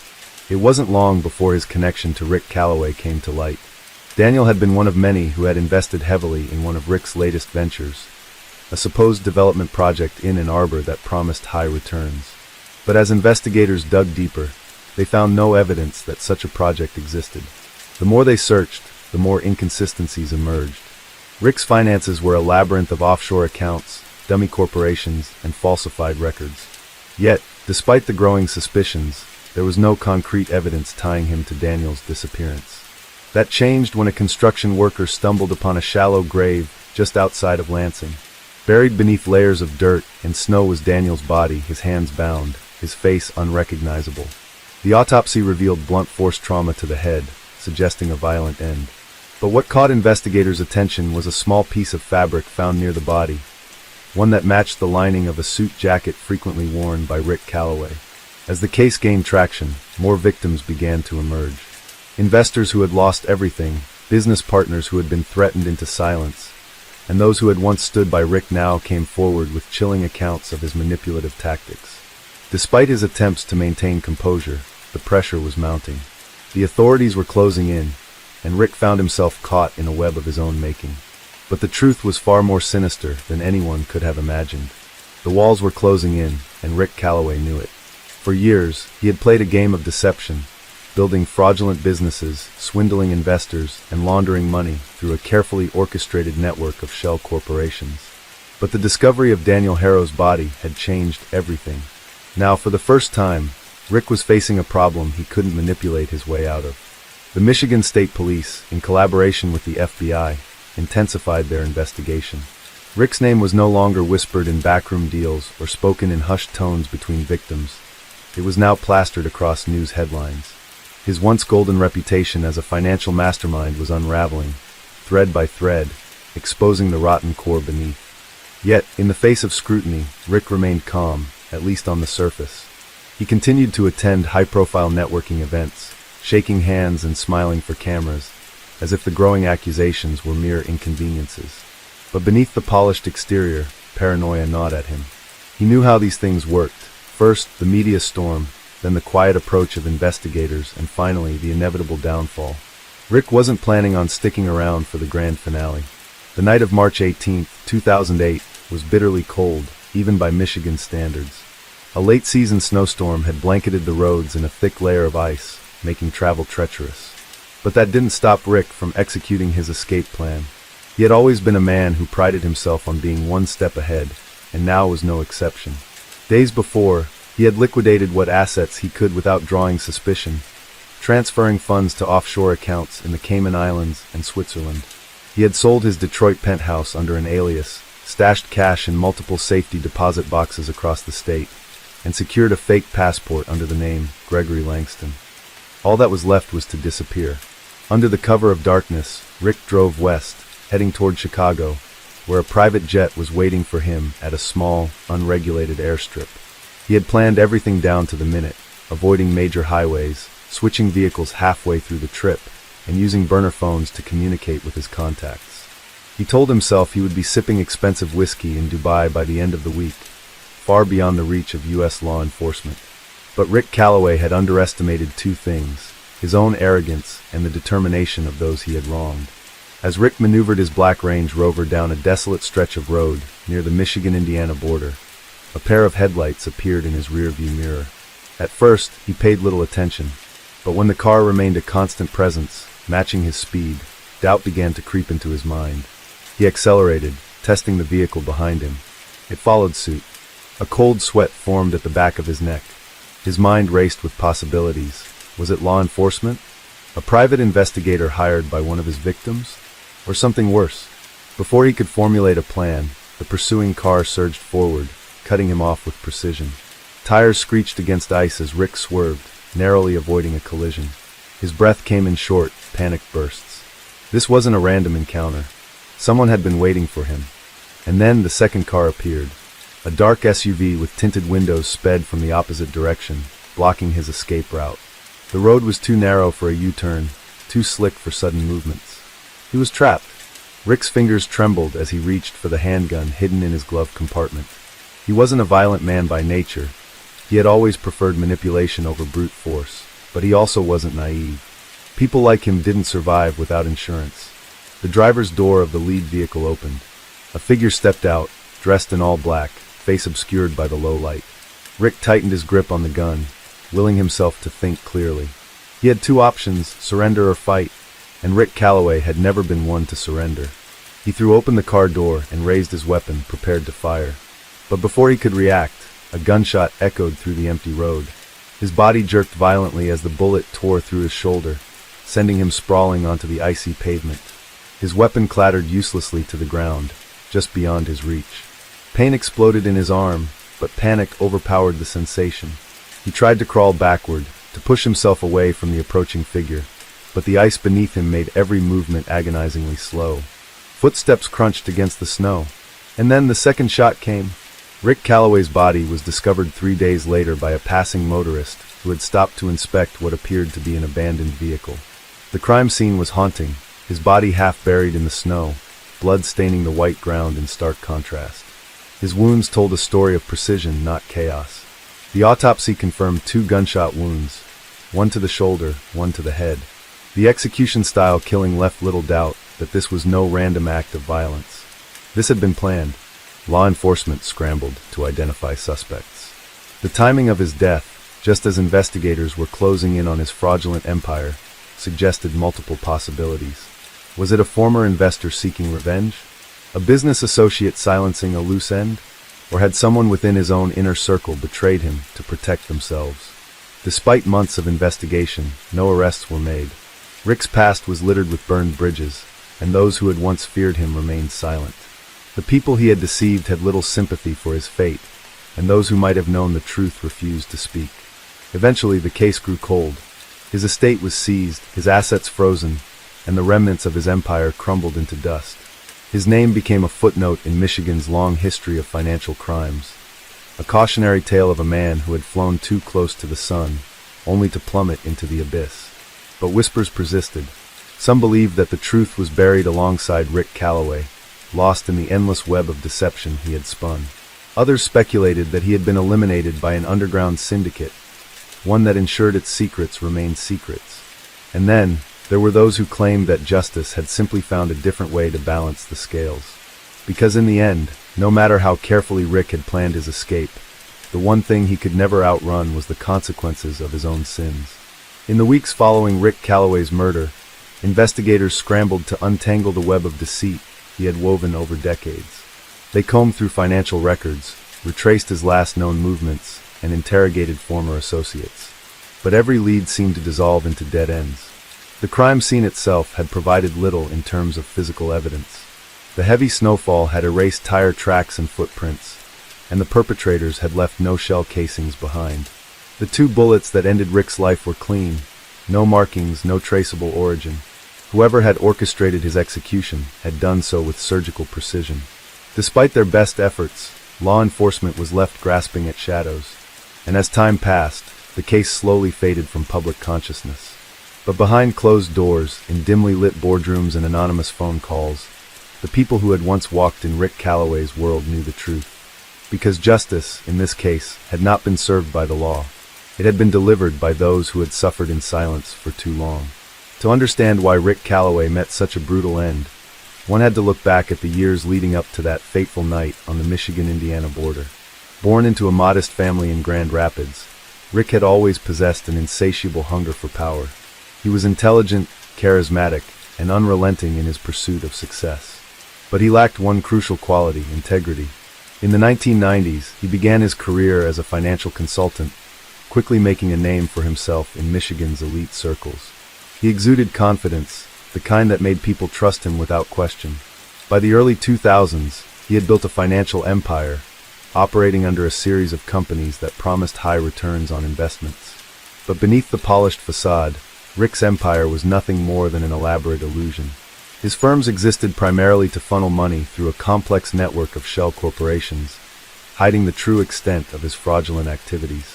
He preyed on the wealthy and the desperate alike, promising financial security, only to drain their accounts dry. By the mid-2000s, he had amassed millions.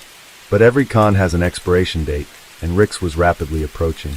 The cracks began to form when one of his closest associates, Daniel Harrow, threatened to expose him. The two had worked together for years, but Daniel had grown disillusioned with Rick's greed.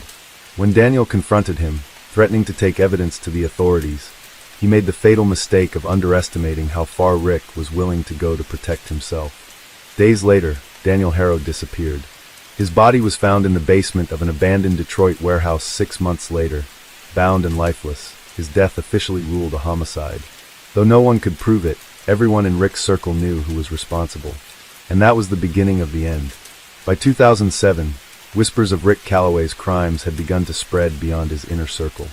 Investigators had started piecing together fragments of his fraudulent empire, and federal agencies were closing in.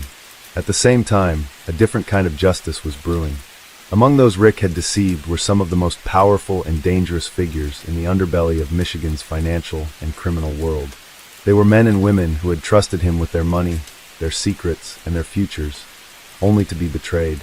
Rick had spent years weaving a web of lies, but he had failed to realize that he was not the only spider in the game.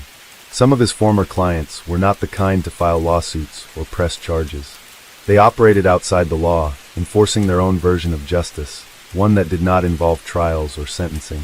By the time Rick realized that he was not only being hunted by the FBI, but also by those he had wronged, it was too late. The night of March 18, 2008, was not a random act of violence. It was a meticulously planned execution. The men who had followed him that night had not come to negotiate. They had not come to warn him. They had come to end the story of Rick Calloway. As Rick lay bleeding in the snow, the world around him seemed to slow. The pain in his shoulder was searing, but his mind was elsewhere. He had always believed he could outthink any situation, that he could buy his way out of any problem, that he was untouchable. But as the second figure approached, the one who had fired the final shot, he understood the truth. There were some things that money couldn't fix.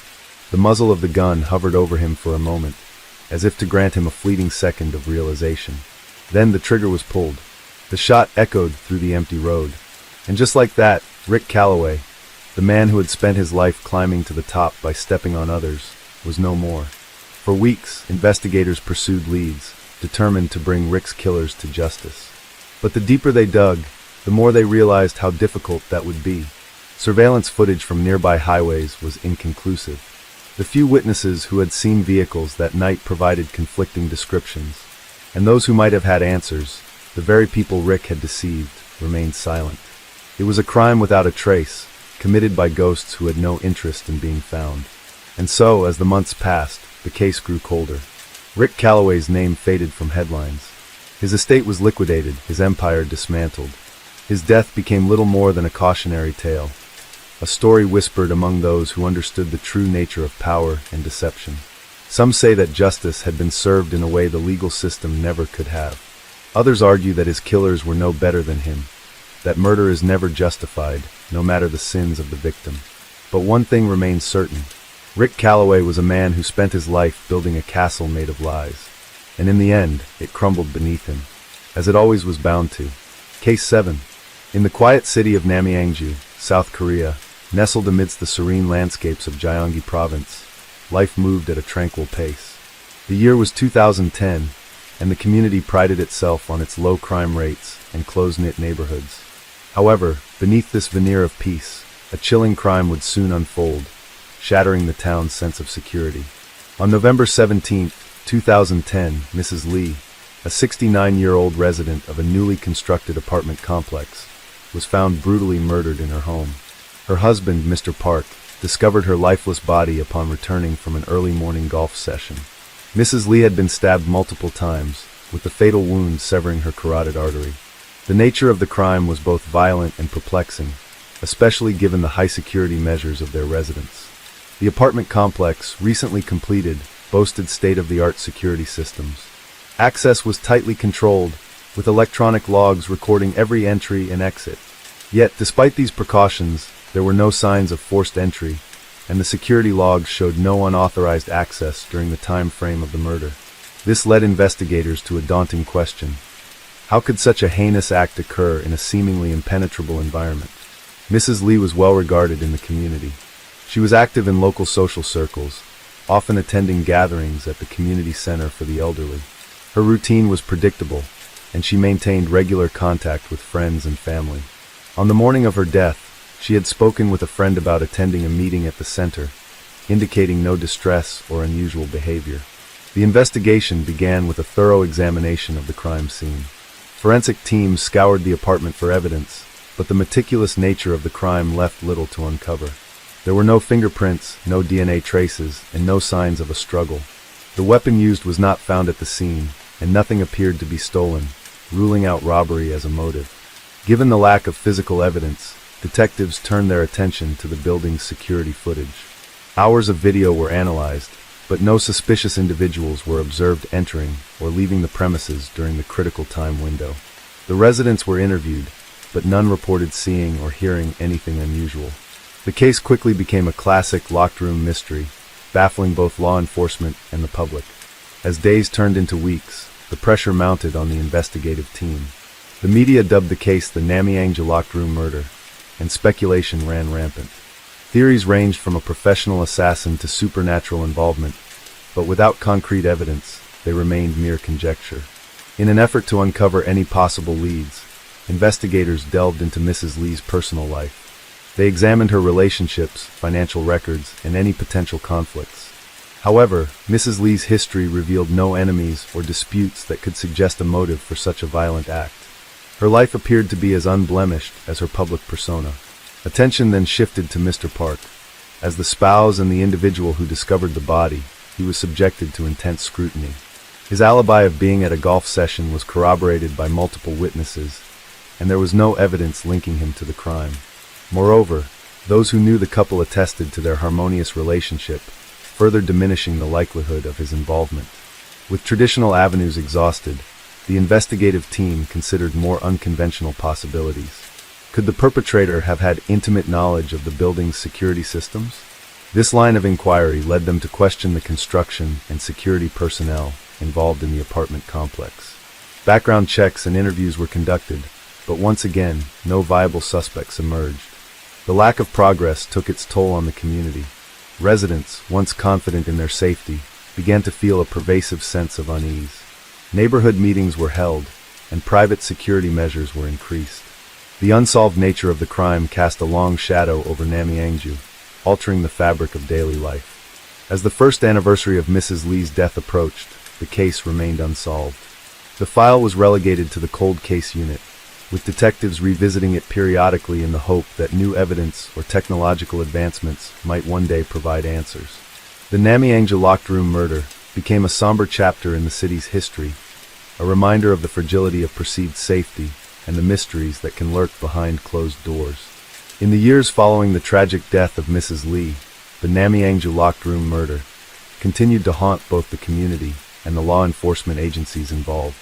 The case, characterized by its perplexing nature and lack of leads, became a subject of study and debate among criminologists and forensic experts. Despite the passage of time, the desire to uncover the truth remained undiminished. Advancements in forensic science offered a glimmer of hope. Techniques that were not available at the time of the original investigation had since been developed, prompting a re-examination of the evidence. Forensic teams revisited the crime scene, employing new methods to detect trace evidence that might have been previously overlooked. However, the pristine condition of the apartment and the meticulous nature of the crime continued to yield no new clues. The investigative team also explored the possibility of similar crimes occurring elsewhere.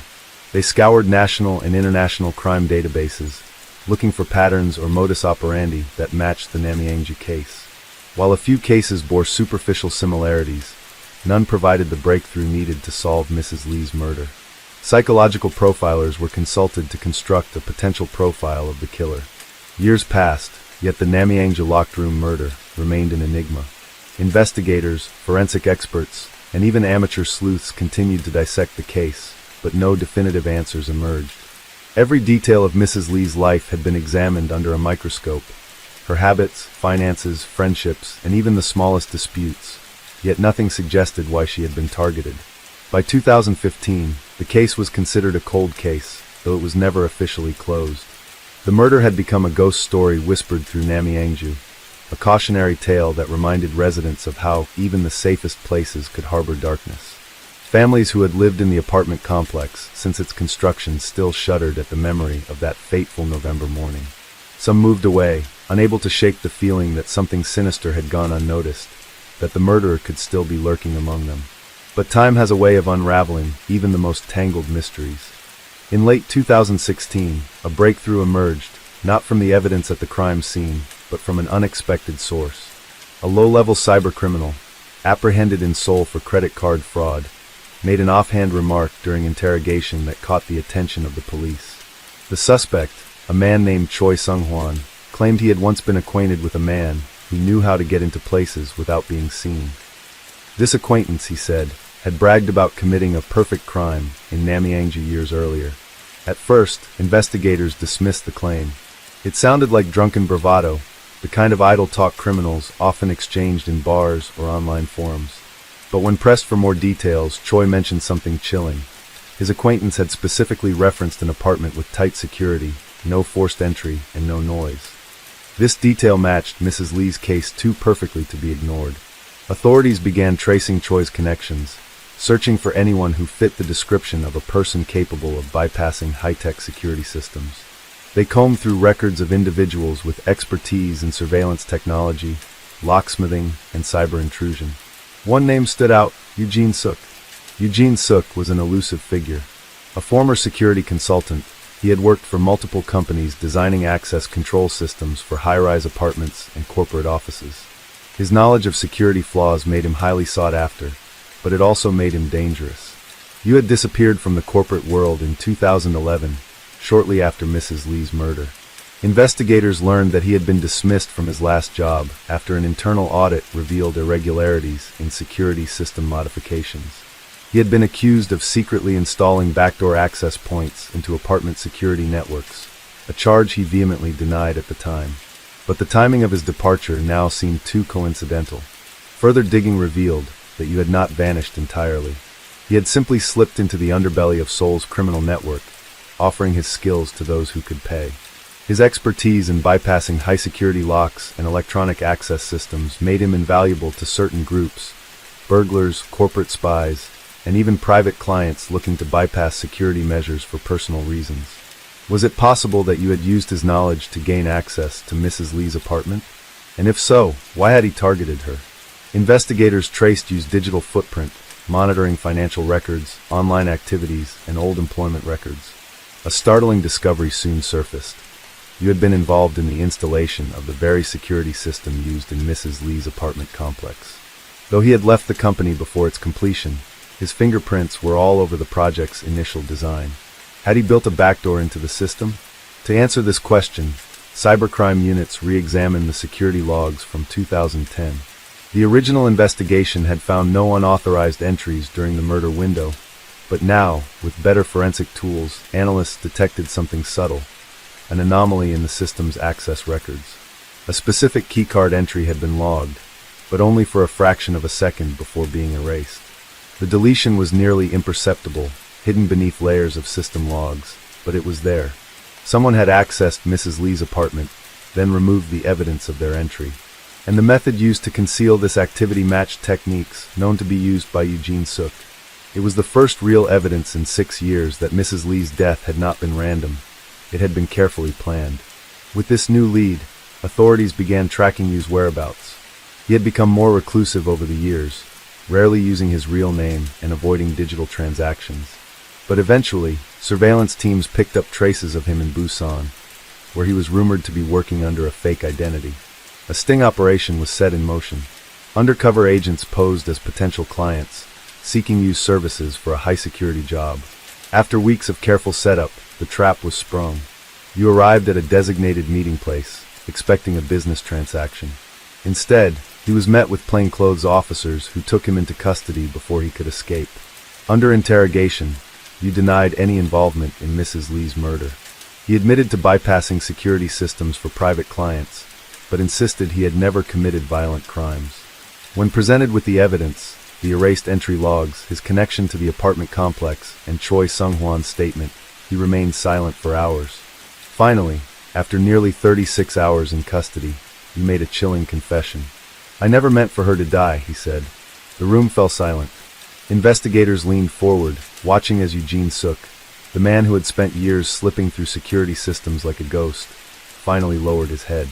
His voice was barely above a whisper, but his words carried the weight of a long-buried secret. "I never meant for her to die." The confession was a crack in the dam, but it wasn't enough. Investigators pressed him for details. How did he get in? Why did he target Mrs. Lee? Was this truly an accident, or had he intended to kill her? He remained quiet for several minutes, staring at his cuffed hands.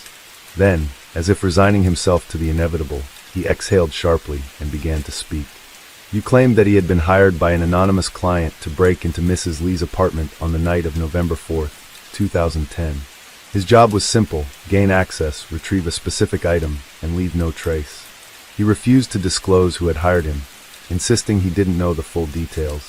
All he knew was that the job was urgent, and that he had been paid handsomely in advance.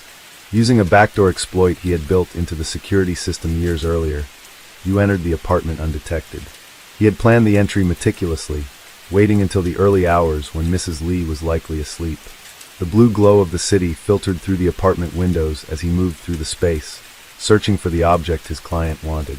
He never expected her to wake up. According to you, he was halfway through rifling through a drawer in the bedroom when he heard a sound, a faint rustling, a shift in the bed. When he turned, he saw Mrs. Lee's silhouette in the dim light. She had woken up. For a moment, neither of them moved. You described feeling frozen, his breath caught in his throat. Then Mrs. Lee screamed. Panicked, you lunged toward her, intending to silence her before she could alert neighbors. He clamped a hand over her mouth, whispering frantically for her to be quiet. But Mrs. Lee fought back. She clawed at his arms, twisting beneath him, her muffled screams pressing against his palm. In his desperation to keep her quiet, he pressed down harder. Too hard. You claimed he didn't realize what he had done until it was too late. When he finally pulled away, Mrs. Lee was motionless. Her body had gone limp, her head turned slightly to the side. The room was deathly silent. Panic set in. You had not planned for this. He had expected a clean job, no confrontation, no violence. Now he was standing over a lifeless body, his gloved hands trembling. He checked her pulse, hoping desperately that she was still alive. Nothing. For several long minutes, he stood in the dark, heart pounding against his ribs. He thought about running, about disappearing into the night. But then he realized something. If he left now, he would leave behind too much evidence. The apartment's security logs, the possibility of surveillance footage, any DNA he might have left behind. He had to cover his tracks. Working quickly, he began wiping down surfaces, erasing any fingerprints he might have left. He retraced his steps through the apartment, ensuring that nothing appeared out of place. The drawer he had been searching was carefully shut. The items he had moved were returned to their original positions. Then came the hardest part, staging the scene. You knew that the crime needed to look like something other than a home invasion. If it appeared too suspicious, investigators would dig deeper. He considered making it look like a burglary gone wrong, but realized that wouldn't explain the lack of forced entry. Instead, he decided on a different approach, one that would delay the investigation long enough for him to vanish. He carefully repositioned Mrs. Lee's body, placing her in what he thought was a natural sleeping position. He even went so far as to tuck the blanket slightly over her shoulder, hoping it would make it seem as though she had passed away in her sleep. Before leaving, he used a small device to manipulate the apartment's access logs. He deleted the record of his keycard entry, ensuring that investigators would find no sign of an intruder. The only log left behind was Mrs. Lee's own keycard scan from when she had entered the apartment earlier that evening. Confident that he had covered his tracks, Yu exited the building through a back staircase, his heart hammering in his chest. The city street swallowed him whole as he disappeared into the early morning haze, leaving behind a crime scene so meticulously staged that it would baffle investigators for years. For 6 years, Yu had lived with the knowledge of what he had done. He had changed identities, moved from city to city, taking only jobs that required no physical presence. He had avoided security cameras, refrained from using traceable bank accounts, and kept his head low. But in the end, it hadn't been enough. Investigators weren't satisfied with his confession. They wanted to know who had hired him, what the stolen item was, and whether this was truly an accident or something more sinister. Yu remained frustratingly vague. He claimed he had no idea what the item was. He had never found it. The job had been compromised the moment Mrs. Lee woke up. But investigators weren't convinced. There was still the question of motive. Why would someone hire a professional like you to break into an elderly woman's apartment? What could she have possibly owned that was valuable enough to warrant such extreme measures? Weeks after Yu's arrest, investigators reopened their case files, this time looking at Mrs. Lee's life from a new perspective. They no longer viewed her as just a retired schoolteacher. Now they saw her as someone who had been targeted. What they uncovered changed everything. Mrs. Lee had once been married to a high-ranking official in the South Korean Ministry of Finance. Though her husband had passed away years before her murder, records indicated that he had been involved in classified government projects related to financial security and economic intelligence. Further investigation revealed that Mrs. Lee had inherited a set of confidential documents after her husband's death. Documents detailing secret financial transactions involving powerful individuals in both corporate and political sectors. Had she kept these documents? And if so, had someone feared that she would reveal them? The idea sent a chill down the investigators' spines.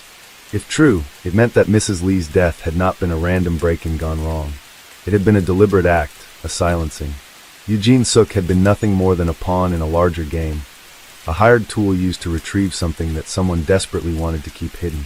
The real mastermind behind the crime remained unknown. Despite Yu's confession, many questions remained unanswered. Investigators never recovered the stolen documents, if they had ever existed at all. The client who had hired Yu was never identified, and the people who had orchestrated Mrs. Lee's death remained beyond the reach of justice. Eugene Suk was sentenced to life in prison for his role in the crime, but to many, it felt like an incomplete resolution. The shadows surrounding the case remained, stretching far beyond the walls of the prison that now held him. Years later, the mystery of the Namyangju locked room murder was still whispered about. Some believed that Mrs. Lee had hidden the documents before her death, that they were still out there, waiting to be discovered. Others feared that those responsible for her murder had simply moved on to their next target, their secrets buried deeper than ever. But one thing was certain, justice had not yet been fully served. And perhaps it never would be. Case 8. Busan, the largest port city in South Korea, is known for its breathtaking beaches, bustling fish markets, and vibrant nightlife. However, beneath the glow of neon lights and the hum of the city, a darkness once lurked, one that shook the entire nation. In 2009, a criminal case unfolded that would haunt Busan for years to come. At the center of it was a man named Kang Ji-hoon, a 42-year-old office worker whose seemingly ordinary life concealed a horrifying secret. Kang Ji-hoon worked as an administrative employee at an export company. To his colleagues, he was nothing more than a quiet, unremarkable man. He kept his hair neatly combed, his work attire always pristine, and he never failed to offer a polite smile when spoken to. However, those who worked with him long enough noticed peculiarities. He rarely engaged in small talk, never joined company dinners, and always left precisely on time. Outside of work, little was known about his personal life. He lived in a modest apartment in Yongdo-gu with his wife, Kim Soo-min, and their 7-year-old daughter, Eun-ji. Their neighbors regarded Ji-hoon as reserved, but never suspected anything sinister about him. He never raised his voice, never caused trouble, and seemed to be a devoted family man. No one could have imagined that behind closed doors, Kang Ji-hoon harbored a darkness that would soon be exposed. On a cold November night in 2009, Busan police received a disturbing report. A woman had been found in an alleyway in Nampo-dong, her body bearing signs of a brutal struggle. Her clothes were torn, her hands and face marred with wounds, and most chillingly, she had no form of identification. It was as if someone had tried to erase her existence. A local shop owner had stumbled upon her while locking up his store. At first, he assumed she was a homeless person who had passed out on the street. But when he took a closer look, he realized the horrifying truth. The dried blood around her body and the frozen terror on her face suggested she had endured something far worse than a simple mugging. When the police arrived, they found little evidence. No witnesses had seen anything unusual that night, and CCTV cameras in the area failed to capture any significant activity. The case seemed to be heading toward a dead end, until investigators followed a set of faint footprints leading from the alleyway to a hidden passage behind a row of old shops. The passage led them to a door, one that appeared to have been unused for years. When the officers forced it open, what they found inside was beyond anything they had imagined. The small, dark room was filled with a foul stench. Scattered around the space were old cloths stained with dried blood, unidentifiable personal items, and, most disturbingly, several photographs of different women.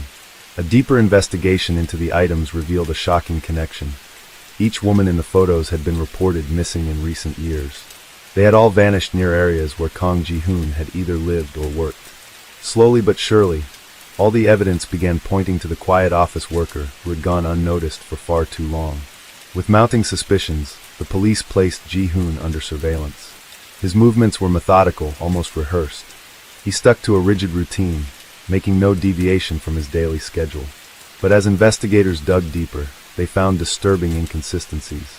His work records showed that he frequently took unexplained absences, and his bank statements revealed large withdrawals from ATMs across different districts. Withdrawals that corresponded with the estimated times when the missing women had disappeared.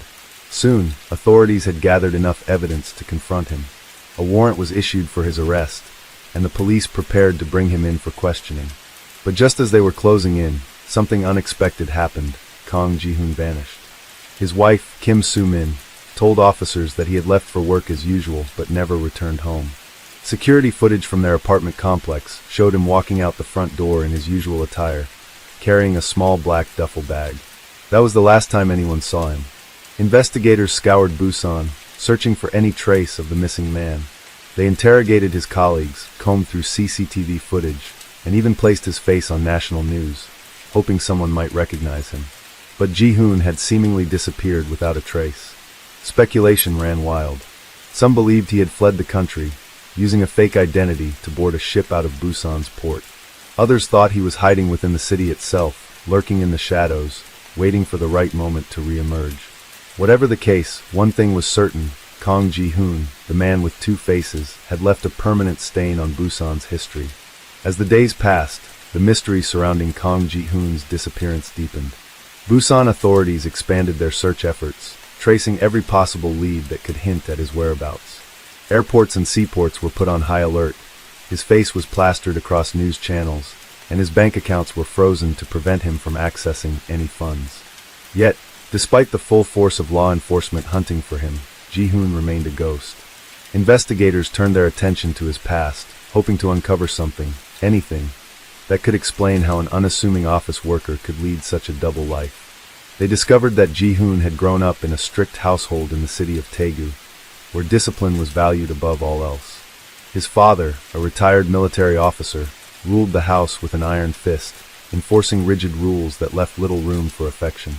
His mother, a meek woman who rarely spoke up against her husband, spent most of her life tending to Ji-hoon and his younger sister. Despite his stern upbringing, Ji-hoon showed little sign of trouble in his youth. He was a quiet, diligent student who rarely drew attention to himself. His teachers described him as invisible, always present but never remarkable. However, former classmates recalled unsettling details. One girl, who sat next to him in middle school, recalled that Ji-hoon never made eye contact. Another student remembered how he once found Ji-hoon staring at a dead bird for an unnervingly long time, as if studying its lifeless form. By the time he reached adulthood, Ji-hoon had perfected the art of blending in. He pursued a degree in business administration and eventually secured a stable job in Busan. To those around him, he was an ordinary, if somewhat withdrawn man. But underneath that facade lurked something much darker. The deeper investigators dug, the more chilling the case became. In Ji-hoon's abandoned apartment, forensic teams discovered a hidden compartment beneath the floorboards of his study. Inside, they found journals filled with pages upon pages of meticulous notes detailing his crimes. Each entry was dated, describing in disturbingly clinical detail how he had stalked his victims, manipulated their routines, and ultimately overpowered them. One passage stood out among the rest. Control is everything. Watching them from a distance, learning their habits, knowing exactly where they will be before they even realize it themselves, that is true power. The most horrifying realization was that his crimes had spanned years. The earliest entry dated back to 2003, 6 years before his final known victim was found in the Nampodong alleyway.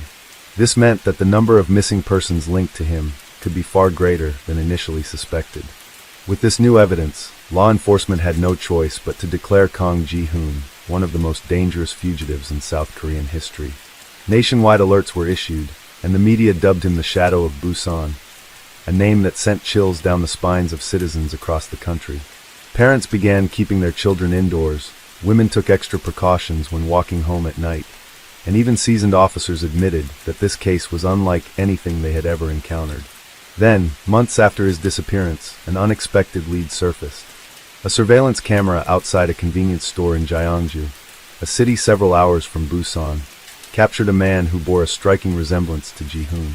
The footage showed him wearing a dark hoodie and a face mask, standing near an ATM before hurriedly walking away. Authorities wasted no time in dispatching teams to the area, but by the time they arrived, Ji-hoon had already vanished once more. What puzzled investigators the most was how he had been able to evade capture for so long. He had no known associates, no family members willing to help him, and no significant financial resources that could sustain him. Yet, he managed to slip through the cracks time and time again, as if he had prepared for this eventuality long before the police had even caught wind of his crimes. As more time passed, the frequency of potential sightings dwindled. Some speculated that he had escaped to a rural area, living off the grid where no one would recognize him. Others believed he had left the country altogether, slipping past authorities under a forged identity. Then, nearly 2 years after his disappearance, a chilling discovery was made in an abandoned house on the outskirts of Ulsan, a city bordering Busan. A group of urban explorers stumbled upon the dilapidated structure while searching for rumored haunted locations. They had expected to find little more than dust and decay, but what they uncovered instead was a scene straight out of a nightmare. The interior of the house was a chaotic mess. Old newspapers and empty food containers littered the floor, and the air carried the foul stench of rot. In the center of the living room stood a makeshift cot, surrounded by notebooks identical to those found in Ji-hoon's apartment. But the most disturbing part was what lay beyond a hidden door at the back of the house. In the dimly lit basement, the explorers found an old wooden desk covered in photographs. Some were of missing women, their faces circled in red ink. Others depicted locations across Busan, each one marked with cryptic notes. Among them was a final, unfinished entry in one of Ji-hoon's journals. "They are close. I can feel it, but they will never truly understand. Not until it's too late." By the time authorities arrived, the house was empty. There were no signs of recent activity. No food, no supplies, nothing to suggest Ji-hoon had been there in the past few days. However, one thing was certain. Wherever he was still watching. Months turned into years, and Kang Ji-hoon remained a phantom in the shadows. Every so often, the media would reignite interest in the case, replaying old footage, reanalyzing evidence, and interviewing former detectives who had worked tirelessly to bring him to justice. But despite the extensive manhunt, he had vanished as if he had never existed. For the families of his victims, closure was an illusion. They were left with questions that would never be answered, with grief that never truly faded. Some still clung to the hope that one day, Ji-hoon would be found and forced to face the weight of his sins. Others had resigned themselves to the possibility that he had died somewhere in obscurity, his body undiscovered, his secrets buried with him. But the truth had a way of resurfacing when least expected. In the winter of 2022, a group of construction workers in Busan made a grim discovery while demolishing an old commercial building near Haeundae Beach. Hidden within the crumbling remains of a basement, they found a heavily decomposed body. At first, authorities assumed it belonged to a homeless individual who had sought shelter in the abandoned structure. But as forensic analysts began their work, details emerged that sent a ripple of unease through the investigative community. The corpse was male, approximately in his late 40s, and showed signs of malnutrition. The cause of death appeared to be a combination of starvation and self-inflicted wounds. But what stood out the most was the set of personal belongings found alongside the remains: an aged leather-bound journal, a rusted pocket knife, and a faded ID card. The name on the ID, Kang Ji-hoon. The news sent shockwaves through South Korea. The elusive predator who had haunted Busan for years had been hiding in plain sight all along. He had never left the city. He had never fled the country. Instead, he had retreated into the decaying ruins of the city's forgotten corners, living as a ghost among the rubble of his own crimes. The journal, once deciphered, provided the final piece of the puzzle. Ji-hoon had spent his last years in hiding, tormented by paranoia and the weight of his own actions. The entries spoke of constant nightmares, of the whispers of those he had wronged, of the inescapable feeling that the walls were closing in on him. They are always watching. Even when I am alone, they are there. I can hear them in the wind, in the creaking of the walls, in the silence of the night. There is no escape. Not anymore. Perhaps, in the end, justice had caught up to him in the only way it could. With Ji-hoon's death, the case was officially closed. But the scars he had left on Busan would never truly heal. Even today, the city remembers the shadow of Busan, not as a legend, but as a grim reminder that monsters do not always hide in the darkness.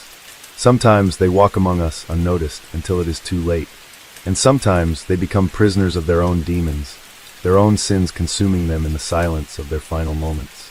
Case 9. Yosu, a quiet coastal city in South Korea, was known for its scenic ocean views, fresh seafood, and historical sites. It was a peaceful town, a place where people came to escape the chaos of urban life, to breathe in the salt-laced air and hear the rhythmic lapping of the waves against the shore. But in the early spring of 2012, this serene city was shaken by a crime so brutal that it left an indelible mark on the community. The man at the center of this crime was Kang Ji-hoon, a 43-year-old fisherman who had lived in Yosu his entire life. He was an unremarkable figure, a man of few words, often seen wearing the same worn-out jacket and cap, his face weathered by years at sea. His neighbors knew him as a solitary man, someone who kept to himself, never causing trouble. But what they didn't know was that beneath his quiet exterior, a darkness had been brewing for years. Ji-hoon had grown up in Yosu, the son of a fisherman who had spent his life pulling nets from the sea. It was expected that he would follow in his father's footsteps, and he did, though not out of passion but necessity. He was never one to dream beyond what was in front of him, accepting his life as a simple man making a simple living. But there was a storm within him, a deep-seated resentment that festered as the years passed. It all began with money. Fishing was not as profitable as it had once been, and Ji-hoon struggled to make ends meet. The competition was fierce, and he often found himself outmatched by larger operations with better equipment.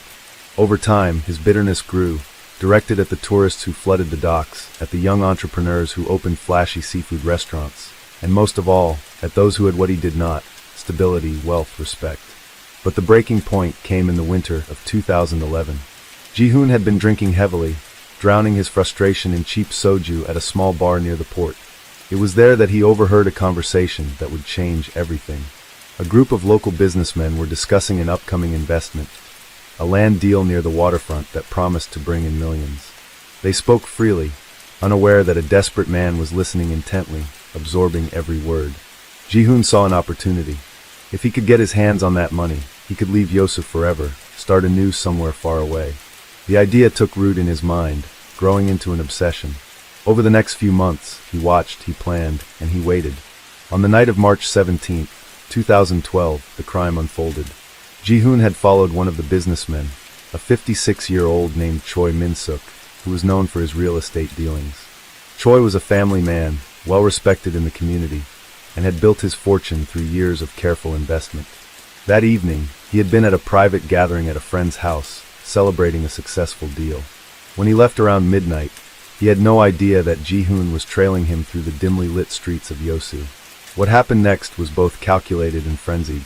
Ji-hoon confronted Choi in a secluded alley near the docks, demanding his money.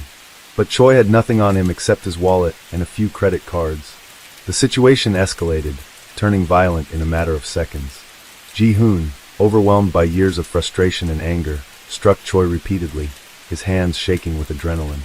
The struggle was brief but fatal. Ji-hoon fled the scene, leaving Choi lifeless on the damp pavement.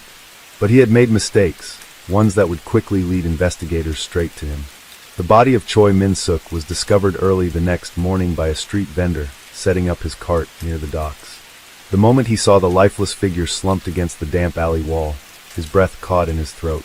The vendor hesitated for only a moment before fumbling for his phone, his trembling fingers barely able to dial the emergency number. Within minutes, the police arrived, the flashing red and blue lights cutting through the misty dawn of Yosu's Port District. Detective Park Sung-ho, a seasoned investigator with the Yosu Metropolitan Police, was among the first to arrive. He had seen his fair share of crimes, but Yosu was not the kind of city where people were murdered in back alleys. As he stood over the body, he quickly took note of the scene. Choi's pockets were turned inside out, his wallet discarded nearby, but his watch, a luxury brand worth millions of won, was still on his wrist. This wasn't a random mugging. It was something more desperate, more personal. The forensic team worked swiftly, documenting every detail. The wounds on Choi's body suggested a struggle, but it wasn't until they turned him over that the true brutality of the attack became clear. His face was barely recognizable, swollen and bloodied from repeated blows. The police needed answers, and they needed them fast. The investigation began with Choi's last known whereabouts. Security footage from a nearby convenience store showed him leaving the gathering around midnight, walking alone. Then, just minutes before his estimated time of death, a shadowy figure was caught on another camera following him at a distance. The footage was grainy, but one detail stood out. The suspect was wearing a distinctive fisherman's jacket, the kind often worn by those who worked at the port. Word spread quickly through the tight-knit community. Yosu's fishermen were a small, interconnected group, and it wasn't long before one name surfaced: Kang Ji-hoon. Ji-hoon had been acting strangely in the days leading up to the crime. His drinking had increased, and he had been seen loitering near Choi's office, though no one knew why. Most damning of all, the night after the murder, he had been spotted trying to sell an expensive leather briefcase at a pawn shop on the outskirts of town. The police moved quickly. A search warrant was obtained for Ji-hoon's small, rundown apartment near the docks. Inside, they found what they were looking for: Choi's missing credit cards, tucked inside an old fishing tackle box. But there was something else, something that made even the most hardened officers pause. Stuffed beneath a pile of clothes was a notebook, its pages filled with obsessive writings about wealth, power, and escape. Ji-hoon had outlined a plan, one that involved taking what he felt was owed to him. He had even written Choi's name several times, underlined with deep, angry strokes. Ji-hoon was arrested that evening. When the police found him, he was sitting alone on the docks, staring out at the dark waters. He didn't resist, didn't say a word as the cuffs clicked around his wrists. But his silence spoke volumes. The trial that followed was swift and widely covered by local media. The prosecution painted Ji-hoon as a desperate man, driven to violence by his own failures and resentment. His defense argued that it had not been premeditated, that the encounter had escalated unexpectedly. But the evidence was overwhelming. In the end, Ji-hoon was found guilty of murder and sentenced to life in prison. As he was led away from the courtroom, he didn't look at the reporters, the spectators, or even Choi's grieving family. He only looked at the floor, as if searching for something he had lost long before that fateful night. Yosu moved on, as all places do. The alley where Choi had taken his last breath was cleaned, the blood washed away by rain and time. The docks remained busy, the fishermen still pulled their nets from the sea, and the tourists continued to visit, unaware of the darkness that had once lurked beneath the city's serene surface. But for those who remembered, the story of Kang Ji-hoon was a reminder of what desperation could drive a man to do. It was a story of envy, of bitterness, of a dream twisted into something unrecognizable. And it was a story that, for the people of Yosu, would never be forgotten. Years passed, but the echoes of that fateful night in Yosu never truly faded. The city, with its tranquil harbor and winding streets, continued to thrive, but beneath the surface, there were those who still whispered about the crime. The brutal killing of Choi Min-suk and the man who had taken his life, Kang Ji-hoon. For Choi's family, the pain never lessened. His parents, once full of life, aged rapidly after the tragedy. His younger sister, Eun-ji, once a bright and ambitious student, struggled to find her place in the world, burdened by the weight of grief. Though they tried to move forward, the shadow of that night loomed over them like an ever-present storm. As for Ji-hoon, the walls of the prison became his world. The man who had once dreamed of breaking free from the chains of poverty now found himself bound by something far worse, his own regret. At first, he resisted the reality of his sentence, lashing out at guards, refusing meals, and spending hours staring at the cold concrete walls of his cell. But as the months turned into years, the fight within him began to wither. The fire that had once burned in his eyes dimmed, replaced by something hollow, something lost. Despite the court's verdict, there were still unanswered questions. Ji-hoon had confessed to the killing, but there were inconsistencies in his story, details that didn't quite add up. The wounds on Choi's body suggested more than one assailant. Witnesses had reported seeing multiple figures in the alley that night. Yet, no one else had ever been charged. Detective Park Sung-ho, now retired, couldn't shake the feeling that the case wasn't as open and shut as it seemed. He had spent decades solving crimes, and his instincts told him there was something missing, something hidden beneath the surface. Determined to find the truth, he revisited the case files, poring over every detail. The photographs, the testimonies, the evidence, it was all there, but something didn't sit right. Then he saw it. A small, seemingly insignificant detail buried in the forensics report. Traces of blood that didn't match either Choi Min-suk or Kang Ji-hoon. Someone else had been there that night. With this revelation, Park began making quiet inquiries. He reached out to old contacts, dug into old reports, and eventually, a new name surfaced, Young Woo-sik, a man who had once worked with Ji-hoon at the docks. Woo-sik had a history of violence, a reputation for settling disputes with his fists. More troubling, he had disappeared shortly after Ji-hoon's arrest. Following the trail, Park discovered that Woo-sik had fled Yosu, and was now living in Busan under a different name. The retired detective knew he had no authority to reopen the case, but that didn't stop him. He traveled to Busan, determined to confront the man himself. When he finally found Woo-sik, he was no longer the brute who had once prowled the docks. He was thinner, his face lined with age and worry. At first, he denied any involvement, but when Park presented the evidence, the unmatched blood, the witness reports, the inconsistencies in Ji-hoon's confession, something in Woo-sik's expression changed. He didn't confess outright, but the guilt was written all over his face. His hands trembled, his eyes darted to the ground. Park knew the truth then. Woo-sik had been there that night. He had played a part in Choi Min-suk's death. But proving it after all these years was another matter entirely. Park returned to Yosu and brought his findings to the authorities. Some were reluctant to reopen the case, unwilling to dig up the past. But others saw the truth in his words. With enough pressure, a formal investigation was launched. The news sent shockwaves through the city. For years, people had believed Ji-hoon acted alone. Now, it seemed he wasn't the only one responsible. It took months, but eventually, the evidence was enough to bring Woo-sik in for questioning. Under scrutiny, his resolve cracked. He admitted to being in the alley that night, admitted that he and Ji-hoon had confronted Choi together. The truth, however, was darker than anyone had imagined.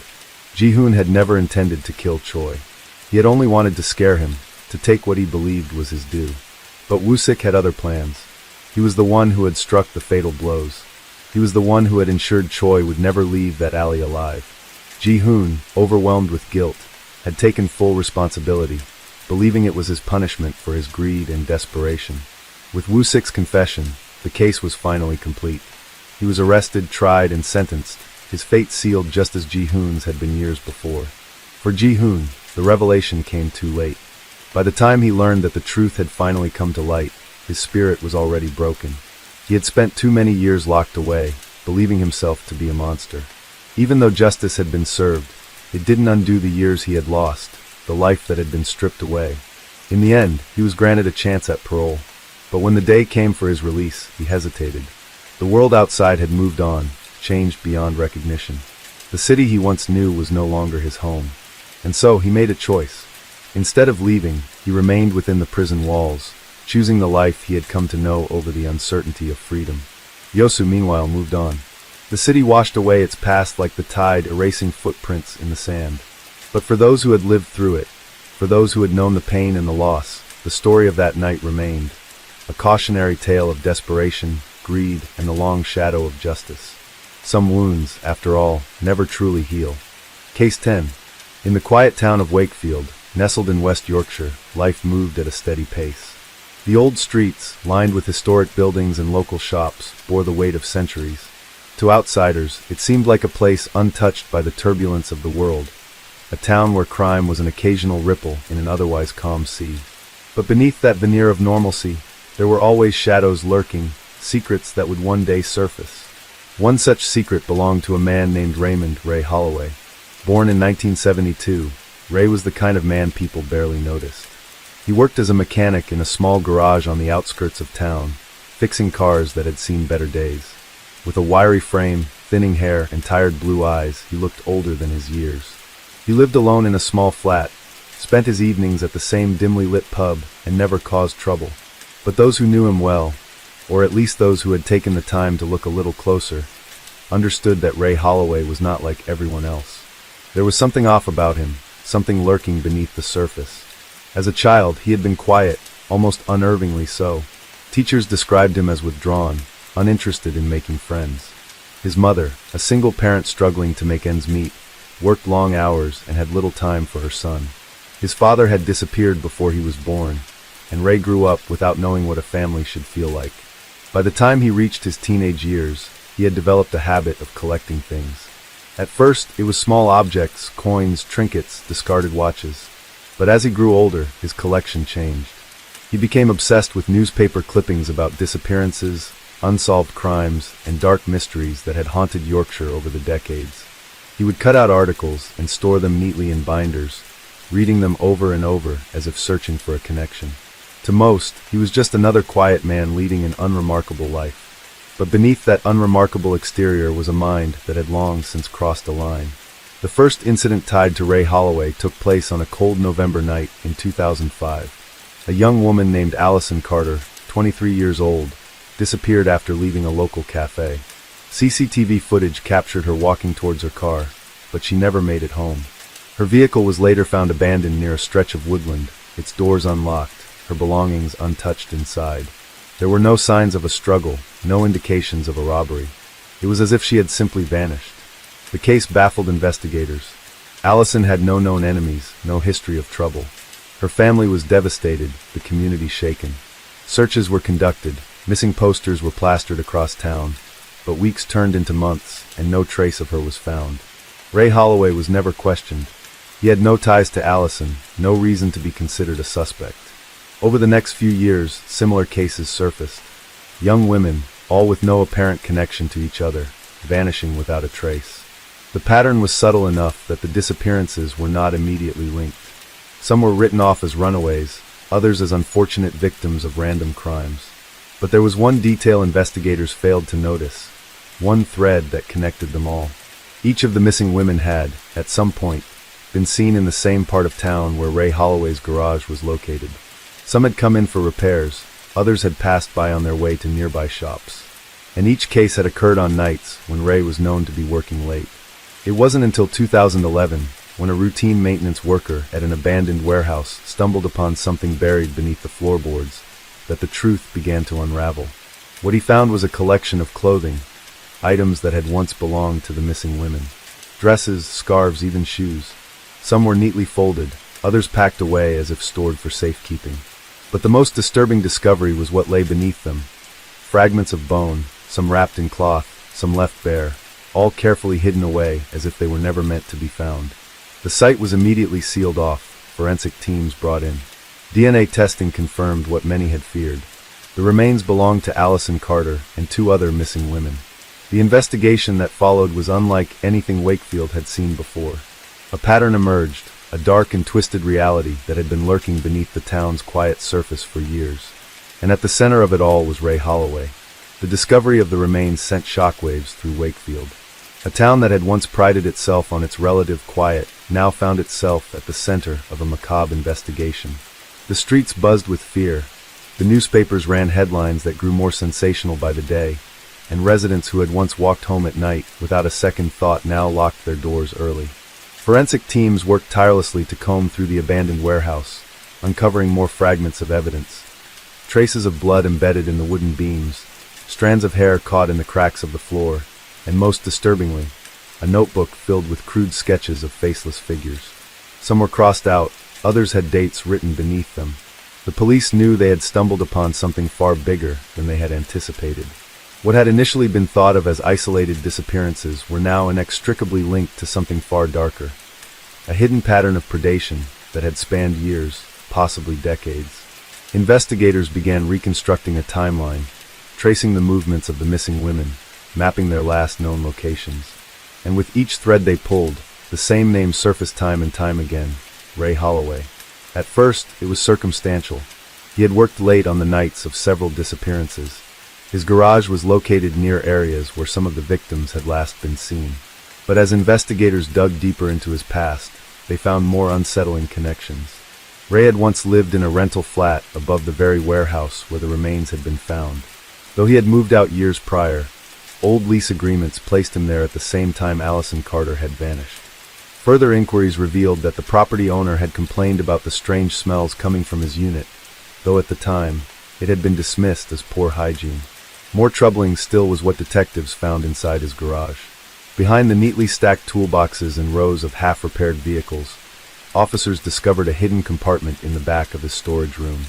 Within it lay items that sent a chill down even the most hardened investigators' spines. Small personal belongings that had once belonged to the missing women. A necklace that Allison Carter's family had once pleaded for the public to recognize. A keychain with a name etched into it. A diary with pages torn out. There was no longer any doubt. Ray Holloway wasn't just a quiet man with a fascination for crime stories. He had been writing his own. The arrest. The arrest was swift, unfolding in the early hours of the morning, when authorities were certain he would be caught off guard. Officers stormed his flat, breaking down the door as he sat on his couch, watching late-night television with a cup of tea resting in his hand. He didn't resist. In fact, he barely reacted at all. As officers read him his rights, cuffing his hands behind his back, he simply nodded as if he had been expecting this moment all along. There was no outburst, no denial, no attempt to flee. By the time he was taken to the police station, the entire town was already buzzing with news of his arrest. Reporters gathered outside, desperate to catch a glimpse of the man whose quiet existence had masked such horror. Some neighbors expressed shock, unable to believe the man they had exchanged small talk with at the pub could be capable of such crimes. Others, particularly those who had sensed something unsettling about him over the years, felt grim validation.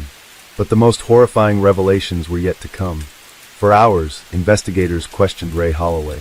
They laid out the evidence, piece by piece, watching for any flicker of emotion. But for the most part, he remained eerily calm, his responses measured and deliberate. When asked about the warehouse, he admitted he had once lived above it, but claimed he had never gone down into the storage area.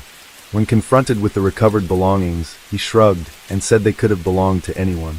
It wasn't until detectives mentioned the notebook, the one found beneath the floorboards, that something shifted. Ray's expression, which had remained impassive for so long, changed ever so slightly.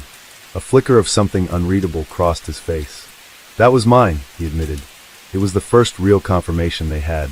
Investigators pressed further, asking about the sketches, the dates written beneath them. And though he refused to offer a direct explanation, his silence spoke louder than words. Forensic analysis later confirmed that the dates corresponded to the disappearances of at least 5 women.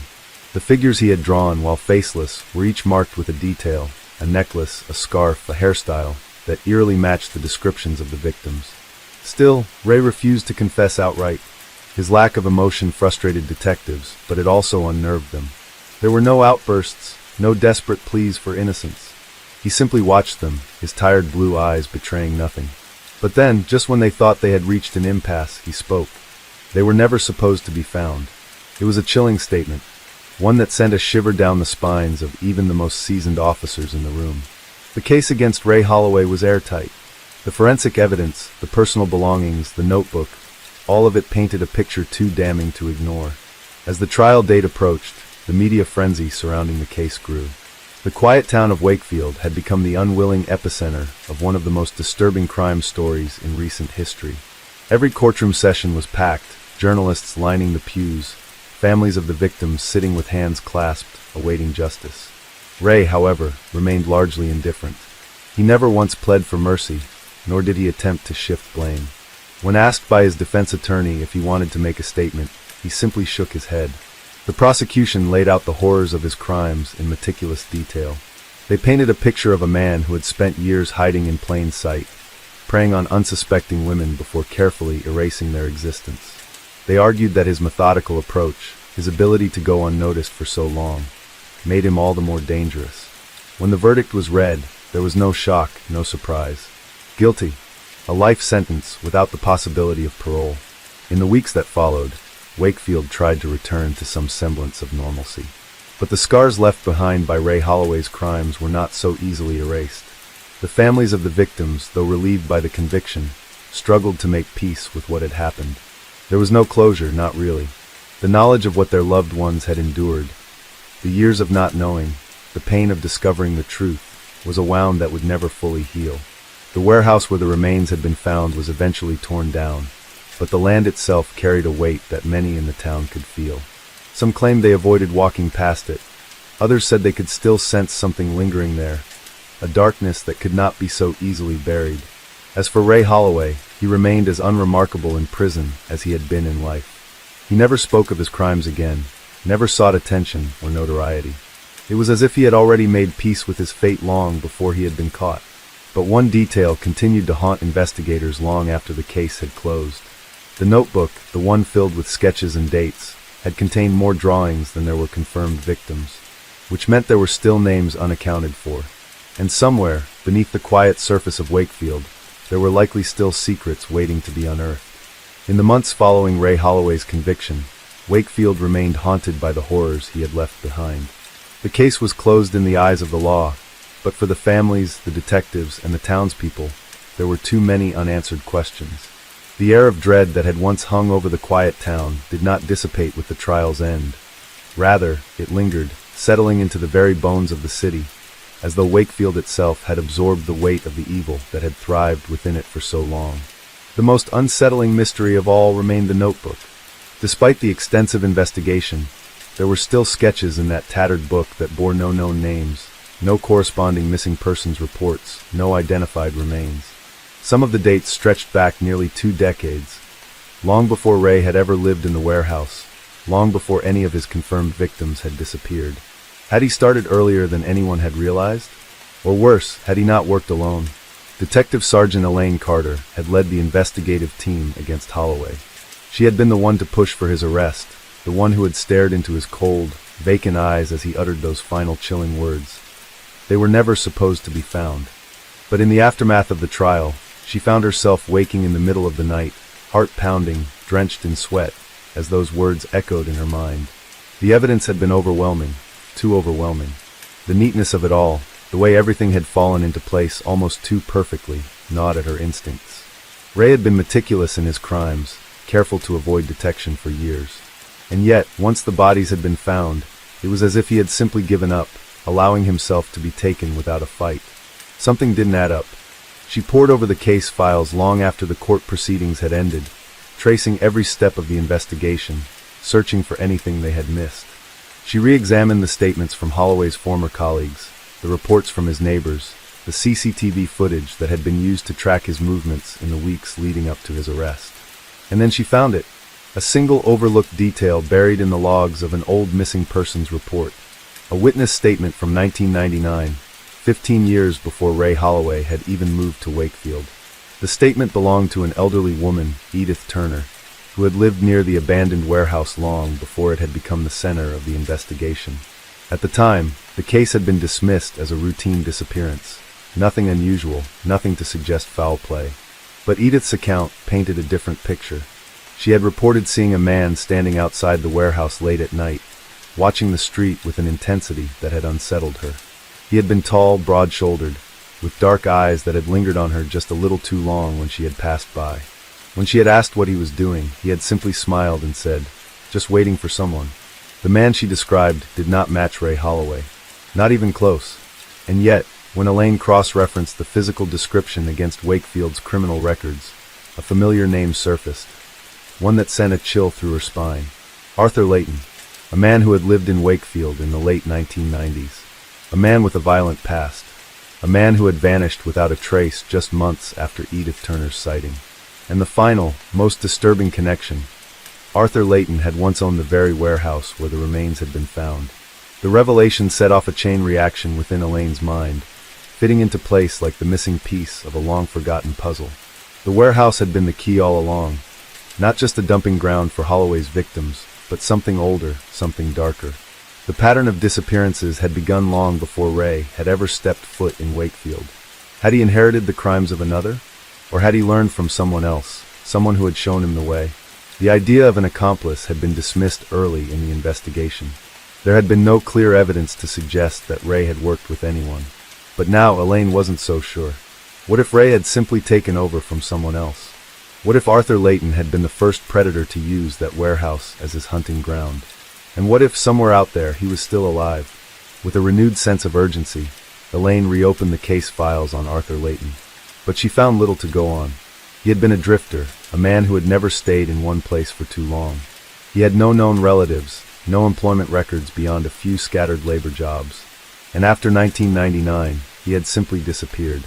Officially, he had been presumed dead. Unofficially, Elaine wasn't convinced.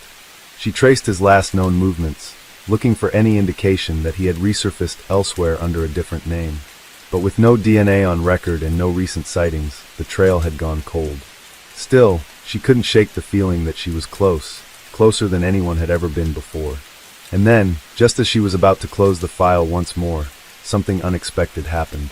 She received a call. The voice on the other end of the line was trembling. An old woman, her words hesitant, her breath shaky. "I don't know if this means anything," she said, "but I think you should see this." Elaine met her the next morning at a quiet cafe on the outskirts of town. The woman, Judith Palmer, was in her 70s, her hands spotted with age, her eyes clouded with years of memories. She had been a postal worker in Wakefield for decades, long enough to remember the name Arthur Layton.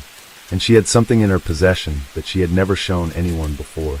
A letter, addressed to an Arthur Layton, postmarked from Wakefield, dated just 3 months before Ray Holloway's arrest. Elaine's pulse quickened as she unfolded the paper, the ink slightly smudged with age. The handwriting was sharp, deliberate. "You were right. They would have never found them if we hadn't made a mistake. The house is gone, but the roots are still there. I'm moving on now. You should too. No signature, no return address. But the implications were clear. Arthur Layton had still been alive in 2013. And worse, he had been in contact with someone else. The meaning of the letter was unmistakable. It wasn't just Ray Holloway who had operated in the shadows of Wakefield. There had been someone else. Someone who had been there before Ray. Someone who had walked away when things got too close. And someone who, for all anyone knew, was still out there. Elaine stared at the letter, feeling the weight of the words press against her chest. The case against Ray Holloway had been solved. But the darkness in Wakefield had not yet been extinguished. And somewhere, in some forgotten corner of the world, Arthur Layton might still be waiting for his next move.